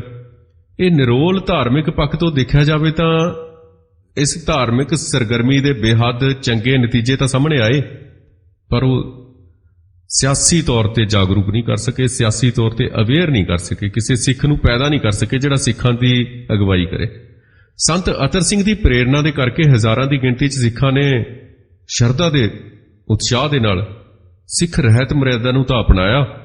ਉਹਨਾਂ ਦੇ ਮਨਾਂ ਦੇ ਅੰਦਰ ਆਪਣੀ ਨਿੱਜੀ ਆਚਾਰ ਨੂੰ, ਨਿੱਜੀ ਵਿਚਾਰ ਨੂੰ, ਨਿੱਜੀ ਵਿਹਾਰ ਨੂੰ ਸਿੱਖ ਨੈਤਿਕ ਕਦਰਾਂ ਕੀਮਤਾਂ ਦੀ ਤਰਜ਼ ਤੇ ਢਾਲਣ ਦਾ ਜੋਸ਼ ਤਾਂ ਪੈਦਾ ਹੋਇਆ।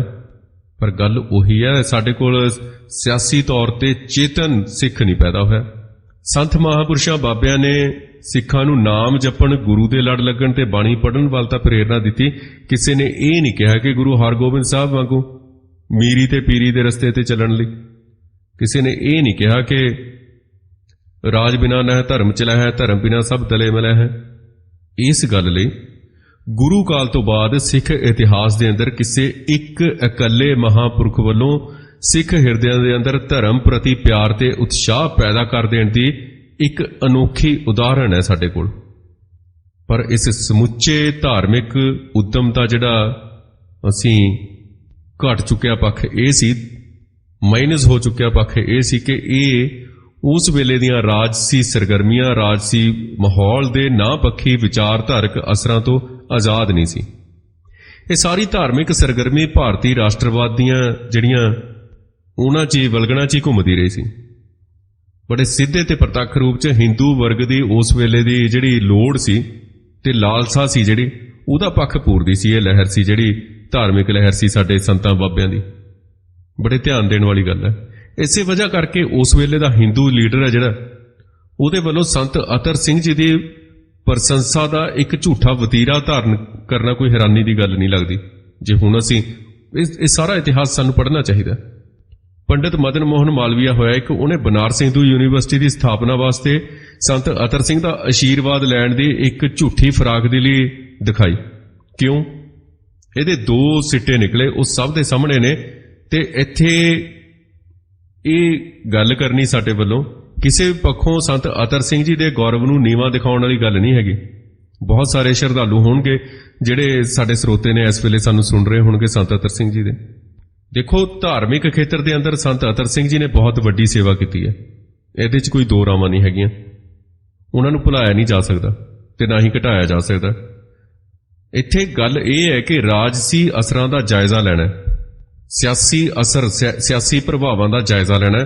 ਅਸੀਂ ਉਸ ਵੇਲੇ ਦੇ ਜਿਹੜੇ ਸਿਆਸੀ ਤੇ ਵਿਚਾਰਧਾਰਕ ਰੌਂ ਦੀ ਗੱਲ ਕਰਦੇ ਹਾਂ, ਜਿਹਦੇ ਲਈ ਕਿਸੇ ਵਿਸ਼ੇਸ਼ ਵਿਅਕਤੀ ਨੂੰ ਜ਼ਿੰਮੇਵਾਰ ਠਹਿਰਾਉਣਾ, ਤੇ ਇਸ ਨੁਕਤਾ ਨਜ਼ਰ ਤੋਂ ਵੀ ਜਿਹੜਾ ਹੈ ਕਾਫੀ ਜ਼ਰੂਰੀ ਬਣਦਾ ਹੈ। ਇਸ ਮਾਮਲੇ 'ਚ ਅਸੀਂ ਪ੍ਰੋਫੈਸਰ ਪੂਰਨ ਸਿੰਘ ਦੀ ਜਿਹੜੀ ਸਿੱਖਿਆ ਨੂੰ ਉਧਾਰ ਜੇ ਮੰਨ ਲਈਏ ਕਿ ਹਰ ਕਾਲ, ਹਰ ਸਮਾਂ ਆਪਣੇ ਸਮੇਂ ਘਟੀਆਂ ਘਟਨਾਵਾਂ ਤੋਂ ਪਿੱਛੋਂ ਹੀ ਸਿਆਣਾ ਬਣਦਾ। ਹਰ ਕਾਲ ਆਪਣੇ ਸਮੇਂ ਘਟੀਆਂ ਜਿਹੜੀਆਂ ਘਟਨਾਵਾਂ ਤੋਂ ਬਾਅਦ ਹੀ ਸਿਆਣਾ ਬਣਦਾ, ਤੇ ਉਹਨਾਂ ਦੇ ਵਾਪਰਨ ਤੋਂ ਪਹਿਲਾਂ ਉਹ ਐਸਾ ਸਿਆਣਾ ਘੱਟ ਹੀ ਹੁੰਦਾ। ਸਿਆਣਪ ਜਿਹੜੀ ਹੁੰਦੀ ਹੈ ਠੋਕਰਾਂ ਖਾ ਕੇ ਆਉਂਦੀ ਹੈ। ਸੋ ਇੰਨੀਆਂ ਠੋਕਰਾਂ ਖਾਣ ਦੇ ਬਾਅਦ ਵੀ ਜੇ ਸਿਆਣਪ ਨਾ ਆਵੇ ਤੇ ਫਿਰ ਅਸੀਂ ਸਿੱਖ ਕਾਹਦੇ ਹੋਏ। ਭਾਰਤ ਦੀ ਆਜ਼ਾਦੀ ਤੋਂ ਬਾਅਦ ਸਿੱਖ ਕੌਮ ਦੇ ਸਿਆਸੀ ਲੀਡਰਾਂ ਵੱਲੋਂ ਜਿਹੜੀ ਸਿਧਾਂਤਕ ਤੇ ਰਾਜਸੀ ਸੇਧ ਜਿਹੜੀ ਅਪਣਾਈ ਗਈ, ਉਹਨੂੰ ਜੇ ਅਸੀਂ ਚੰਗੀ ਤਰ੍ਹਾਂ ਪੜ੍ਹੀਏ, ਦੇਖੀਏ, ਘੋਖੀਏ ਤਾਂ ਉਹ ਸਾਡੇ ਸਾਹਮਣੇ ਪੂਰਾ ਨਿਰਣਾ ਸਾਡੇ ਸਾਹਮਣੇ ਆ ਜਾਂਦਾ। ਫਿਰ ਕਿਸੇ ਨੂੰ ਪੁੱਛਣ ਦੀ ਲੋੜ ਨਹੀਂ ਕਿ ਕਿਹਨੇ ਕੀ ਕੀਤਾ, ਕਿਹੜੀ ਗੱਲ ਦਾ ਕੀ ਨਿਰਣਾ ਨਿਕਲਿਆ, ਕੀ ਨਤੀਜਾ ਨਿਕਲਿਆ, ਤੇ ਹੁਣ ਸਾਨੂੰ ਅੱਗੇ ਕੀ ਕਰਨਾ ਚਾਹੀਦਾ, ਤੇ ਸਾਡੇ ਦਿਮਾਗ ਦੇ ਵਿੱਚ ਨਿਸ਼ਾਨਾ ਕੀ ਹੋਣਾ ਚਾਹੀਦਾ। ਸਾਡੇ ਦਿਮਾਗ 'ਚ ਸਾਡਾ ਨਿਸ਼ਾਨਾ ਇੰਨਾ ਪੱਕਾ ਹੋਣਾ ਚਾਹੀਦਾ ਕਿ ਜਦੋਂ ਸਾਡਾ ਖੂਨ ਟਰੈਵਲ ਕਰਕੇ ਸਾਡੀ ਅਗਲੀ ਪੀੜ੍ਹੀ 'ਚ ਜਾਵੇ ਤਾਂ ਉਹਦੀ ਸੋਚ ਦੇ ਵਿੱਚ ਉਹ ਨਿਸ਼ਾਨਾ ਹੋਣਾ ਚਾਹੀਦਾ। ਤਾਂ ਇੱਥੇ ਲੱਗਦਾ ਨਹੀਂ ਕਿ ਇਸ ਗੱਲ ਨੂੰ ਹੋਰ ਖਿੱਚਿਆ ਜਾਵੇ।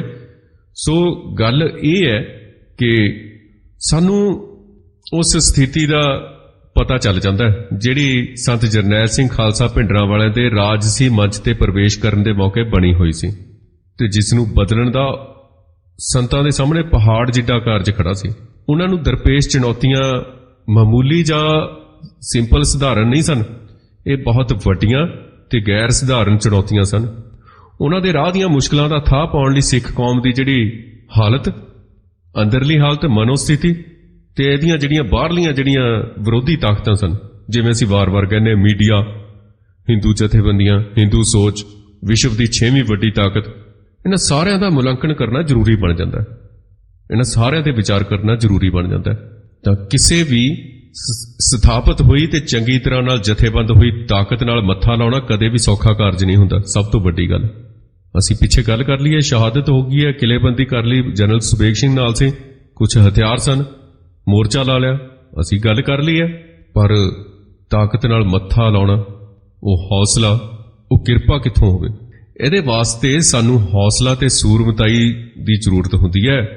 ਆਮ ਹੌਸਲਾ ਨਹੀਂ ਚਾਹੀਦਾ ਸਾਨੂੰ, ਆਮ ਕਿ ਅਸੀਂ ਜਿਵੇਂ ਹਰ ਬੰਦੇ ਨੂੰ ਕਹਿ ਦਿੰਦੇ ਹਾਂ ਕਿ ਯਾਰ ਤੂੰ ਤਾਂ ਦਲੇਰ ਬੜਾ, ਉਸ ਤਰੀਕੇ ਦਾ ਹੌਸਲਾ ਨਹੀਂ ਚਾਹੀਦਾ ਸਾਨੂੰ। ਗੈਰ ਸਧਾਰਨ ਹੌਸਲਾ ਤੇ ਸੂਰਮਗਤੀ ਪਾਉਣ ਦੀ ਜਿਹੜੀ ਭੁੱਖ ਹੈ ਉਹ ਚਾਹੀਦੀ ਹੈ। ਤੇ ਆਪਣੇ ਸਮੇਂ ਦੀ ਹਰ ਇਨਕਲਾਬੀ ਲਹਿਰ ਦੇ ਇਹ ਸਭ ਨਾਲੋਂ ਪਹਿਲੇ ਤੇ ਜ਼ਰੂਰੀ ਲੱਛਣ ਹੁੰਦੇ ਨੇ। ਇਹ ਦੋ ਗੱਲਾਂ ਹੋਣੀਆਂ ਚਾਹੀਦੀਆਂ ਨੇ, ਹੌਸਲਾ ਤੇ ਸੂਰਮਗਤੀ ਪ੍ਰਾਪਤ ਕਰਨ ਦੀ ਭੁੱਖ। ਸਿੱਖਾਂ ਦੇ ਜਿਹੜੇ ਹਿੱਸਿਆਂ ਨੇ 20ਵੀਂ ਸਦੀ ਦੇ ਅੰਦਰ ਬਰਤਾਨਵੀ ਸਾਮਰਾਜ ਦੇ ਵਿਰੁੱਧ ਹਥਿਆਰਬੰਦ ਬਗਾਵਤ ਦੀਆਂ ਕੋਸ਼ਿਸ਼ਾਂ 'ਚ ਹਿੱਸਾ ਲਿਆ, ਉਹ ਗਦਰੀ ਦੇਸ਼ ਭਗਤ ਸਨ, ਭਾਵੇਂ ਬੱਬਰ ਅਕਾਲੀ ਤੇ ਜਾਂ ਫਿਰ ਸ਼ਹੀਦ ਭਗਤ ਸਿੰਘ ਦੀ ਇਨਕਲਾਬੀ ਨੌਜਵਾਨ ਧਾਰਾ। ਉਹਨਾਂ ਸਾਰਿਆਂ ਦੇ ਅੰਦਰ ਕੁਰਬਾਨੀ ਦਾ ਜਜ਼ਬਾ ਤੇ ਸੂਰਮਗਤੀ ਦੀ ਭਾਵਨਾ ਸੀ ਜਿਹੜੀ ਠਾਠਾਂ ਮਾਰਦੀ ਸੀ। ਇਸ ਤੋਂ ਬਗੈਰ ਉਹਨਾਂ ਦੇ ਅੰਦਰ ਬਸਤੀਵਾਦੀ ਹਕੂਮਤ ਦੇ ਨਾਲ ਮੱਥਾ ਲਾਉਣ ਦੀ ਹਿੰਮਤ ਹੀ ਪੈਦਾ ਨਹੀਂ ਸੀ ਹੋ ਸਕਦੀ। ਇਹ ਸੱਚ ਥੋੜੇ ਬਹੁਤੇ ਫਰਕ ਦੇ ਨਾਲ ਜਦੋਂ 60ਵੇਂ 'ਚ ਪੰਜਾਬ 'ਚ ਨਕਸਲਵਾਦੀ ਲਹਿਰ, ਨਕਸਲੀ ਇਨਕਲਾਬੀ ਲਹਿਰ ਉੱਤੇ ਵੀ ਥੋੜਾ ਬਹੁਤਾ ਲਾਗੂ ਹੁੰਦਾ, ਪਰ ਸੰਤ ਜਰਨੈਲ ਸਿੰਘ ਭਿੰਡਰਾਂਵਾਲਿਆਂ ਦੀ ਅਗਵਾਈ ਹੇਠ ਜਿਹੜੀ ਖਾੜਕੂ ਲਹਿਰ ਉੱਠੀ, ਉਹਦਾ ਮਾਮਲਾ ਇਹਨਾਂ ਸਾਰੀਆਂ ਲਹਿਰਾਂ ਦੇ ਨਾਲੋਂ ਬਹੁਤ ਵੱਖਰਾ, ਬਹੁਤ ਹੀ ਜ਼ਿਆਦਾ ਵੱਖਰਾ। ਗਦਰੀ ਦੇਸ਼ ਭਗਤ ਜਾਂ ਸ਼ਹੀਦ ਭਗਤ ਸਿੰਘ ਦੀ ਧਾਰਾ ਦੇ ਇਨਕਲਾਬੀ ਨੌਜਵਾਨ ਜਿਸ ਕਾਰਜ ਨੂੰ ਲੈ ਕੇ ਬਰਤਾਨਵੀ ਹਕੂਮਤ ਦੇ ਵਿਰੁੱਧ ਲੜਾਈ ਲੜ ਰਹੇ ਸਨ, ਉਹ ਸਾਰੇ ਦੇਸ਼ ਦੇ ਲੋਕਾਂ ਦਾ ਸਾਂਝਾ ਕਾਰਜ ਸੀ, ਸਾਰੇ ਮੁਲਕ ਦਾ ਸਾਂਝਾ ਕਾਰਜ ਸੀ ਉਹ। ਤੇ ਭਾਰਤੀ ਰਾਸ਼ਟਰਵਾਦ ਦੇ ਜਜ਼ਬੇ ਦਾ ਜਿਹੜਾ ਦਾਇਰਾ ਸੀ ਉਹ ਬਹੁਤ ਵੱਡਾ ਸੀ। ਸੋ ਜੇ ਨਿਰੋਲ ਤਾਕਤਾਂ ਦੀ ਕਤਾਰਬੰਦੀ ਦੇ ਪੱਖ ਤੋਂ ਦੇਖਿਆ ਜਾਵੇ ਤਾਂ ਇੱਕ ਪਾਸੇ ਮੁੱਠੀ ਭਰ ਵਿਦੇਸ਼ੀ ਸਾਮਰਾਜੀਏ ਤੇ ਉਹਨਾਂ ਦੇ ਦੇਸੀ ਝੋਲੀ ਚੁੱਕ ਸਨ। ਕਿੰਨੇ ਕੁ ਅੰਗਰੇਜ਼ ਸਨ ਇੰਡੀਆ 'ਚ? ਮੁੱਠੀ ਭਰੀ ਸਨ ਨਾ, ਜਿਹੜੇ ਰਾਜ ਕਰੀ ਜਾ ਰਹੇ ਸਨ ਇੰਨੀ ਵੱਡੀ ਗਿਣਤੀ ਤੇ ਉਹਨਾਂ ਦੇ ਝੋਲੀ ਚੁੱਕ ਵੀ ਕਿੰਨੀ ਕੁ ਗਿਣਤੀ 'ਚ ਸਨ। ਇਹਨਾਂ ਦੀ ਜਿਹੜੀ ਇਕੱਠੇ ਵੀ ਕਰ ਲਈਏ ਝੋਲੀ ਚੁੱਕਾਂ ਨੂੰ ਵੀ ਤੇ ਅੰਗਰੇਜ਼ਾਂ ਨੂੰ, ਜਿਹੜੇ ਮੁੱਠੀ ਭਰ ਸਨ ਇੱਥੇ ਇੰਡੀਆ 'ਚ, ਕਿੰਨੀ ਕੁ ਗਿਣਤੀ ਬਣਦੀ ਹੋ ਉਹਨਾਂ ਦੀ? ਹਜ਼ਾਰਾਂ ਤੋਂ ਵੱਧ ਨਹੀਂ ਸੀ ਉਹਨਾਂ ਦੀ ਗਿਣਤੀ, ਹਜ਼ਾਰਾਂ 'ਚ ਹੀ ਸੀ। ਤੇ ਆਬਾਦੀ ਕਿੰਨੀ ਸੀ ਮੁਲਕ ਦੀ? ਇਹ ਸੋਚ ਕੇ ਦੇਖ ਲਓ ਤੁਸੀਂ। ਚਲੋ ਹਜ਼ਾਰਾਂ 'ਚ ਨਾ ਲਾਓ, ਇਹਨਾਂ ਦੀ ਗਿਣਤੀ ਲੱਖ 'ਚ ਲਾ ਲਓ। ਤੇ ਦੂਜੇ ਪਾਸੇ ਜੇ ਇਨਕਲਾਬੀ ਘੁਲਾਟੀਆਂ ਦੀ ਗੱਲ ਕਰੀਏ ਤਾਂ 40 ਕਰੋੜ ਜਨਤਾ ਸੀ ਭਾਰਤ ਦੀ, 40 ਕਰੋੜ। ਜੇ ਇੱਕ ਵੀ ਰੋਲਾ ਮਾਰਦੇ ਇਹ, ਉਹਨਾਂ ਨੇ ਤਾਂ ਮਰ ਜਾਣਾ ਸੀ। ਤਾਂ 40 ਕਰੋੜ ਦੇ ਜਨਤਾ ਨੂੰ ਕੁਝ ਹਜ਼ਾਰ ਲੋਕ ਸਨ ਜਿਹੜੇ ਉਹਨਾਂ ਤੇ ਰਾਜ ਕਰ ਰਹੇ ਸਨ। ਇਸ ਤਰੀਕੇ ਨਾਲ ਅਸੀਂ ਦੇਖ ਸਕਦੇ ਹਾਂ।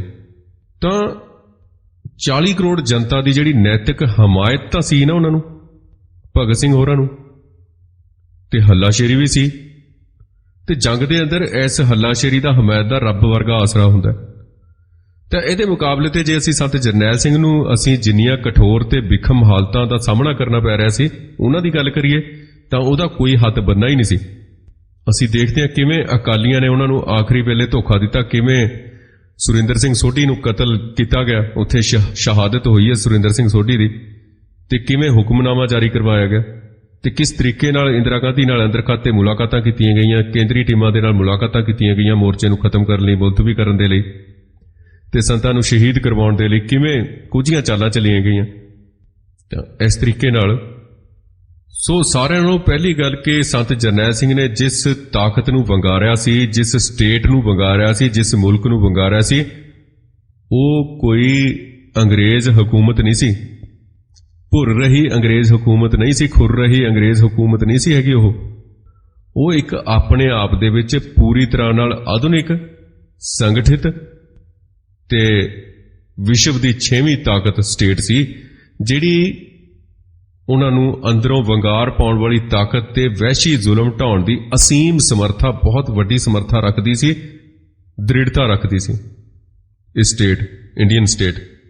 ਤੇ ਦੂਜੀ ਗੱਲ ਇਹ ਸੀ ਕਿ ਸੰਤ ਜਰਨੈਲ ਸਿੰਘ ਜਿਸ ਕਾਰਜ ਨੂੰ ਲੈ ਕੇ ਜਿਸ ਕਾਜ ਨੂੰ ਲੈ ਕੇ ਭਾਰਤੀ ਸਟੇਟ ਦੇ ਵਿਰੁੱਧ ਲੜਾਈ ਲੜ ਰਹੇ ਸਨ, ਉਹ ਸਮੁੱਚੇ ਮੁਲਕ ਦੇ ਅੰਦਰ ਨਾ ਸਿਰਫ ਉਸ ਕਾਜ ਦੀ ਹਮਾਇਤ ਕਰਨ ਵਾਲਾ ਹੋਰ ਕੋਈ ਵੀ ਵਰਗ ਨਹੀਂ ਸੀ, ਬਲਕਿ ਉਲਟੀ ਗੱਲ ਇਹ ਸੀ ਕਿ ਦੇਸ਼ ਦੀ 80 ਕਰੋੜ ਹਿੰਦੂ ਜਨਤਾ ਉਸ ਕਾਜ ਨੂੰ ਤਿੱਖੀ ਨਫ਼ਰਤ ਦੀ ਭਾਵਨਾ ਨਾਲ ਦੇਖਦੀ ਸੀ ਤੇ ਉਸ ਕਾਜ ਦੇ ਵਿਰੁੱਧ ਆਪਣੀਆਂ ਕੱਟੜ ਫਿਰਕੂ ਭਾਵਨਾਵਾਂ ਦਾ ਖੁੱਲ੍ਹ ਕੇ ਪ੍ਰਗਟਾਵਾ ਵੀ ਕਰਦੀ ਸੀ। ਸੋ ਜੇ ਆਪਾਂ ਕੰਪੈਰੀਟਿਵਲੀ ਜਿਹੜੀ ਗੱਲ ਕੀਤੀ ਹੈ ਤਾਂ ਇਹਦਾ ਅਧਿਐਨ ਕਰੀਏ, ਇਸ ਤੇ ਵਿਚਾਰ ਕਰੀਏ ਤਾਂ 3 ਵਖਰੇਵੇਂ ਆ ਜਾਂਦੇ ਨੇ ਖੁੱਲ੍ਹ ਕੇ ਸਾਡੇ ਸਾਹਮਣੇ ਪ੍ਰਤੱਖ ਰੂਪ 'ਚ। ਦੇਸ਼ ਭਗਤ ਇਨਕਲਾਬੀ ਜਿਸ ਬਸਤੀਵਾਦੀ ਪ੍ਰਬੰਧ ਦੇ ਖਿਲਾਫ ਲੜਾਈ ਲੜ ਰਹੇ ਸਨ, ਉਹ ਪ੍ਰਬੰਧ ਇਤਿਹਾਸਕ ਦ੍ਰਿਸ਼ਟੀ ਤੋਂ ਪਹਿਲਾਂ ਹੀ ਮਰਨੇ ਪਿਆ ਹੋਇਆ ਸੀ, ਪਹਿਲਾਂ ਹੀ ਸਾਹ ਮੁੱਕੇ ਹੋਏ ਸਨ ਉਹਦੇ। ਉਹ ਆਪਣੇ ਆਖਰੀ ਸਾਹ ਲੈ ਰਿਹਾ ਸੀ ਤੇ ਬਸਤੀਵਾਦੀ ਹਕੂਮਤਾਂ ਸੰਸਾਰ ਭਰ ਦੇ ਅੰਦਰ ਆਪਣਾ ਕਾਰੋਬਾਰ ਸਮੇਟਣ ਦੇ ਅਮਲ 'ਚ ਲੱਗੀਆਂ ਹੋਈਆਂ ਸਨ। ਆਪਣਾ ਬੋਰੀਆ ਬਿਸਤਰਾ ਅੰਗਰੇਜ਼ ਪਹਿਲਾਂ ਹੀ ਗੋਲ ਕਰ ਰਿਹਾ ਸੀ। ਇਹ ਹਿੰਦੁਸਤਾਨ 'ਚ ਹੀ ਆਜ਼ਾਦੀ ਦੀ ਲਹਿਰ ਚੱਲੀ, ਬਾਕੀ 40 ਮੁਲਕਾਂ 'ਚ ਤਾਂ ਆਜ਼ਾਦੀ ਦੀ ਲਹਿਰ ਚੱਲੀ ਨਹੀਂ। ਉੱਥੇ ਤਾਂ ਨਹੀਂ ਸਨ ਭਗਤ ਸਿੰਘ, ਉੱਥੇ ਤਾਂ ਕੋਈ ਵੀ ਗੋਲੀ ਨਹੀਂ ਚੱਲੀ। ਉਹ ਦੇਸ਼ ਕਿਵੇਂ ਆਜ਼ਾਦ ਹੋ ਗਏ? ਉੱਥੇ ਤਾਂ ਗਾਂਧੀ ਨਹੀਂ ਸੀ।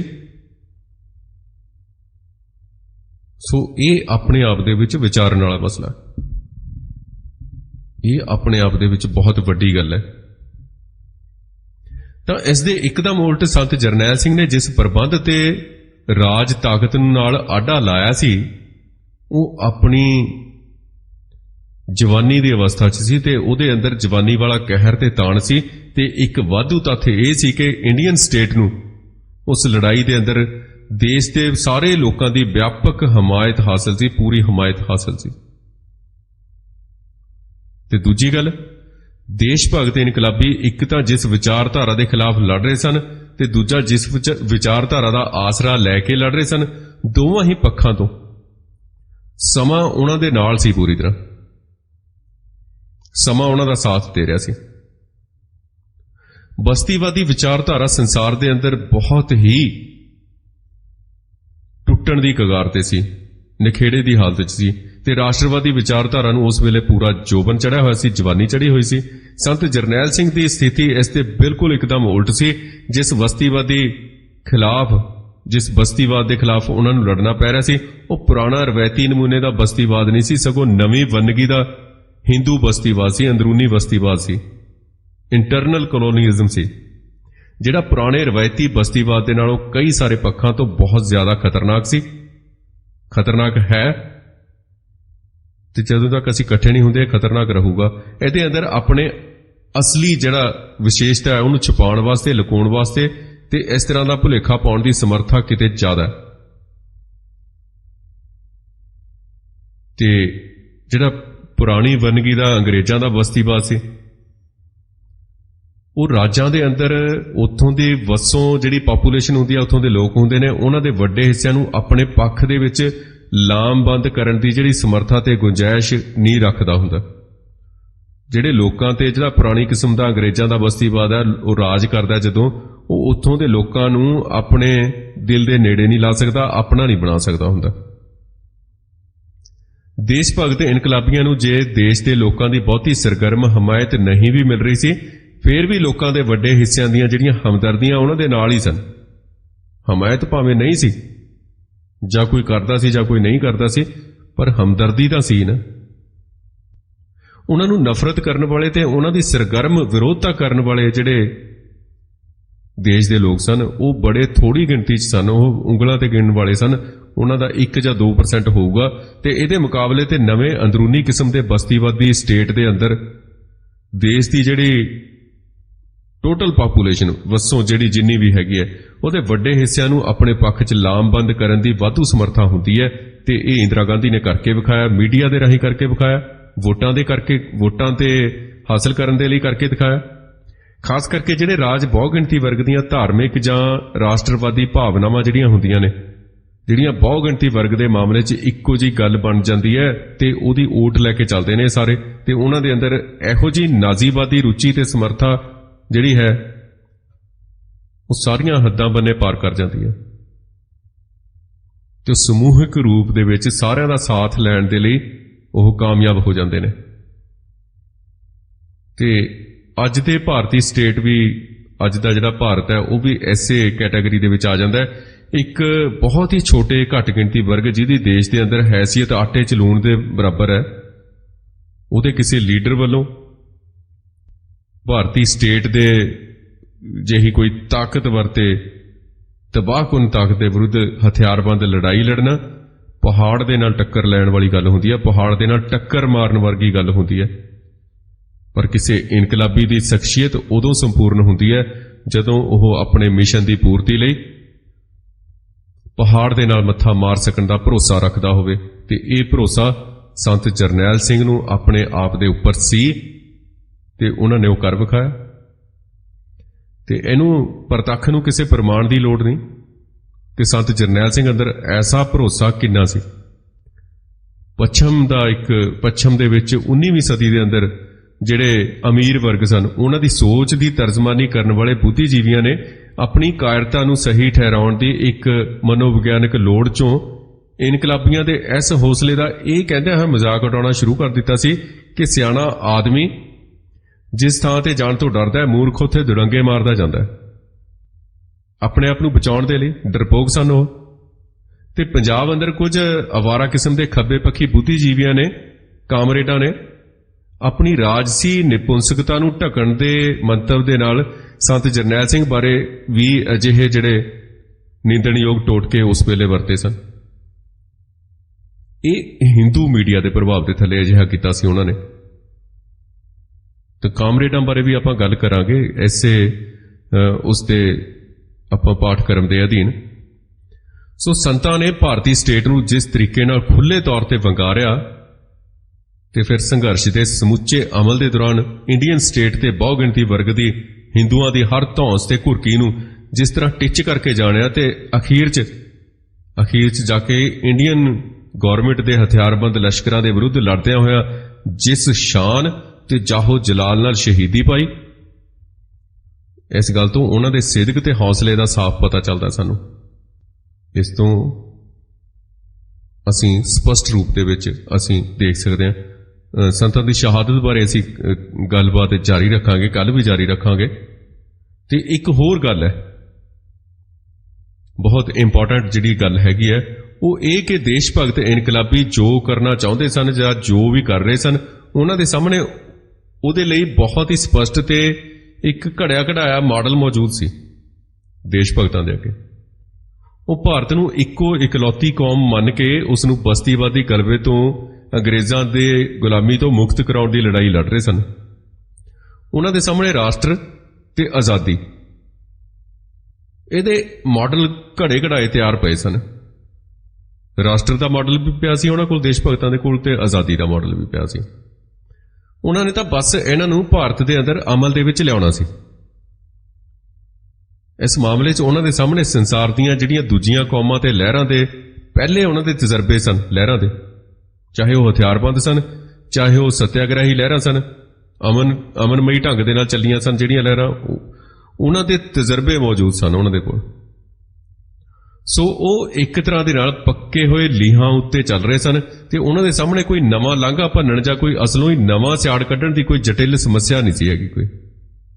ਜਿੱਥੇ ਗਦਰੀ ਦੇਸ਼ ਭਗਤ ਅਮਰੀਕੀ ਲੇਬਰ ਐਸੋਸੀਏਸ਼ਨ ਦੀ ਜਿਹੜੀ ਉਦਾਰਵਾਦੀ ਵਿਚਾਰਧਾਰਾ ਤੇ ਜਿਹੜੇ ਉਹਦੇ ਅਮਲ ਸਨ ਉਹਨਾਂ ਤੋਂ ਜ਼ਿਆਦਾ ਪ੍ਰਭਾਵਿਤ ਸਨ, ਉੱਥੇ ਸ਼ਹੀਦ ਭਗਤ ਸਿੰਘ ਤੇ ਉਹਦੇ ਸਾਥੀਆਂ ਨੇ ਇਟਲੀ ਦੇ ਕੌਮਪ੍ਰਸਤ ਇਨਕਲਾਬੀਆਂ ਮੈਜ਼ਨੀ ਤੇ ਗੈਰਬਾਲਡੀ ਦੇ ਉਹਨਾਂ ਦੀ ਰਾਸ਼ਟਰੀ ਵਿਚਾਰਧਾਰਾ ਤੇ ਉਹਨਾਂ ਦੇ ਅਸਰਾਂ ਨੂੰ ਕਬੂਲ ਕੀਤਾ ਹੋਇਆ ਸੀ। ਬਾਅਦ 'ਚ ਜਾ ਕੇ ਭਗਤ ਸਿੰਘ ਨੇ ਰੂਸੀ ਇਨਕਲਾਬ ਦਾ ਵੀ ਭਾਵੇਂ ਅਧਿਐਨ ਕੀਤਾ, ਉਹਦਾ ਵੀ ਅਸਰ ਕਬੂਲ ਕੀਤਾ, ਜਿਹਦਾ ਮਤਲਬ ਇਹ ਹੈ ਕਿ ਦੇਸ਼ ਭਗਤ ਇਨਕਲਾਬੀ ਨਾ ਸਿਰਫ ਇਨਕਲਾਬ ਦੀ ਪੱਕੀ ਹੋਈ ਲੀਹ ਤੇ ਚੱਲ ਰਹੇ ਸਨ, ਨਾਲ ਹੀ ਉਹ ਸਮੇਂ ਦੀ ਧਾਰਾ ਦੇ ਨਾਲ ਵੀ ਚੱਲ ਰਹੇ ਸਨ, ਸਮੇਂ ਦੇ ਹਿਸਾਬ ਦੇ ਨਾਲ ਵੀ ਚੱਲ ਰਹੇ ਸਨ। ਪੱਕੀ ਲੀਹ ਤੇ ਚੱਲਣਾ ਨਵਾਂ ਲੀਹਾ ਭੰਨਣ ਦੇ ਨਾਲੋਂ ਬਹੁਤ ਸੌਖਾ ਕੰਮ ਹੁੰਦਾ। ਬਣੀ ਬਣਾਈ ਸੜਕ ਤੇ ਚੱਲਣਾ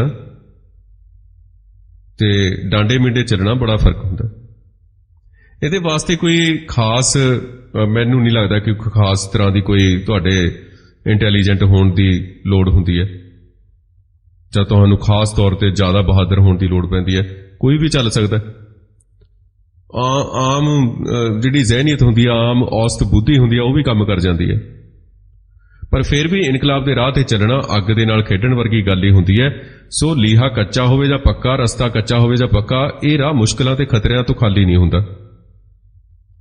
ਇਸੇ ਕਰਕੇ ਖਤਰਿਆਂ ਦੇ ਨਾਲ ਜੂਝਣ ਦਾ ਚਾਅ ਤੇ ਜਿਗਰਾ ਜਿਹੜਾ ਇਸ ਰਾਹ ਦੇ ਪਾਂਧੀਆਂ ਦਾ ਜ਼ਰੂਰੀ ਇਖਲਾਕੀ ਗੁਣ ਮੰਨਿਆ ਜਾਂਦਾ ਹੈ, ਤੇ ਦੇਸ਼ ਭਗਤ ਇਨਕਲਾਬੀਆਂ 'ਚ ਇਹ ਗੁਣ ਕਾਫੀ ਸੀ। ਪਰ ਇੱਥੇ ਫੇਰ ਅਸੀਂ ਸੰਤ ਜਰਨੈਲ ਸਿੰਘ ਜੀ ਖਾਲਸਾ ਭਿੰਡਰਾਂ ਵਾਲਿਆਂ ਦਾ ਜਿਹੜਾ ਮਾਮਲਾ ਉਹਦੇ ਤੇ ਵਿਚਾਰ ਕਰਦੇ ਹਾਂ, ਉਹ ਕਾਫੀ ਵੱਖਰਾ। ਉਹ ਜੋ ਕਰਨ ਜਾ ਰਹੇ ਸਨ ਸੰਤ, ਉਹਨਾਂ ਦੇ ਸਾਹਮਣੇ ਇਸ ਦਾ ਨਾ ਕੋਈ ਪਹਿਲਾਂ ਦਾ ਮਾਡਲ ਸੀ ਬਣਿਆ ਹੋਇਆ, ਤੇ ਨਾ ਕੋਈ ਇਸ ਤਰ੍ਹਾਂ ਦੀ ਪਹਿਲਾਂ ਮਿਸਾਲ ਸੀ। ਅਸੀਂ ਪੂਰੇ ਸਿੱਖ ਇਤਿਹਾਸ 'ਚ ਦੇਖ ਲਓ, ਅੱਜ ਕੱਲ੍ਹ ਦੇ ਜਿਹੜੇ ਆਧੁਨਿਕਤਾ ਦੇ ਇੱਕ ਸਾਇੰਸ ਦੇ ਯੁੱਗ ਦੇ ਅੰਦਰ ਕਿਸੇ ਛੋਟੇ ਜਿਹੇ ਧਾਰਮਿਕ ਘੱਟ ਗਿਣਤੀ ਵਰਗ ਵੱਲੋਂ ਕਿਸੇ ਕੌਮਾਂਤਰੀ ਤਾਕਤ ਦੀ ਹਮਾਇਤ ਤੇ ਹੱਲਾਸ਼ੇਰੀ ਤੋਂ ਬਿਨਾਂ ਬਹੁ ਗਿਣਤੀ ਵਰਗ ਦੇ ਆਧੁਨਿਕ ਤਾਕਤਵਰ ਰਾਜ ਦੇ ਵਿਰੁੱਧ ਹਥਿਆਰਬੰਦ ਬਗਾਵਤ ਦੇ ਨਾਲ ਆਪਣੇ ਰਾਜਸੀ ਆਜ਼ਾਦੀ ਦਾ ਟੀਚਾ ਹਾਸਲ ਕਰ ਲੈਣ ਦੀ ਦੁਨੀਆ ਦੇ ਅੰਦਰ ਕੋਈ ਮਿਸਾਲ ਹੀ ਨਹੀਂ ਮਿਲਦੀ। ਜੇ ਕੋਈ ਇਹ ਸਮਝਦਾ ਨਾ ਕਿ ਸੰਤ ਜਰਨੈਲ ਸਿੰਘ ਨੇ ਈਰਾਨ ਜਾਂ ਅਫਗਾਨਿਸਤਾਨ ਦੇ ਅੰਦਰ ਪੈਦਾ ਹੋਏ ਇਸਲਾਮ ਦੇ ਉਭਾਰ ਤੋਂ ਉਤਸ਼ਾਹਤ ਹੋ ਕੇ ਸਿੱਖ ਕੌਮ ਨੂੰ ਹਥਿਆਰਬੰਦ ਬਗਾਵਤ ਲਈ ਲਾਮਬੰਦ ਕਰਨ ਦਾ ਬੀੜਾ ਚੁੱਕਿਆ ਸੀ, ਤਾਂ ਇਹ ਸੋਚਣਾ ਉਹਦੀ ਵੱਡੀ ਗਲਤੀ ਹੈ।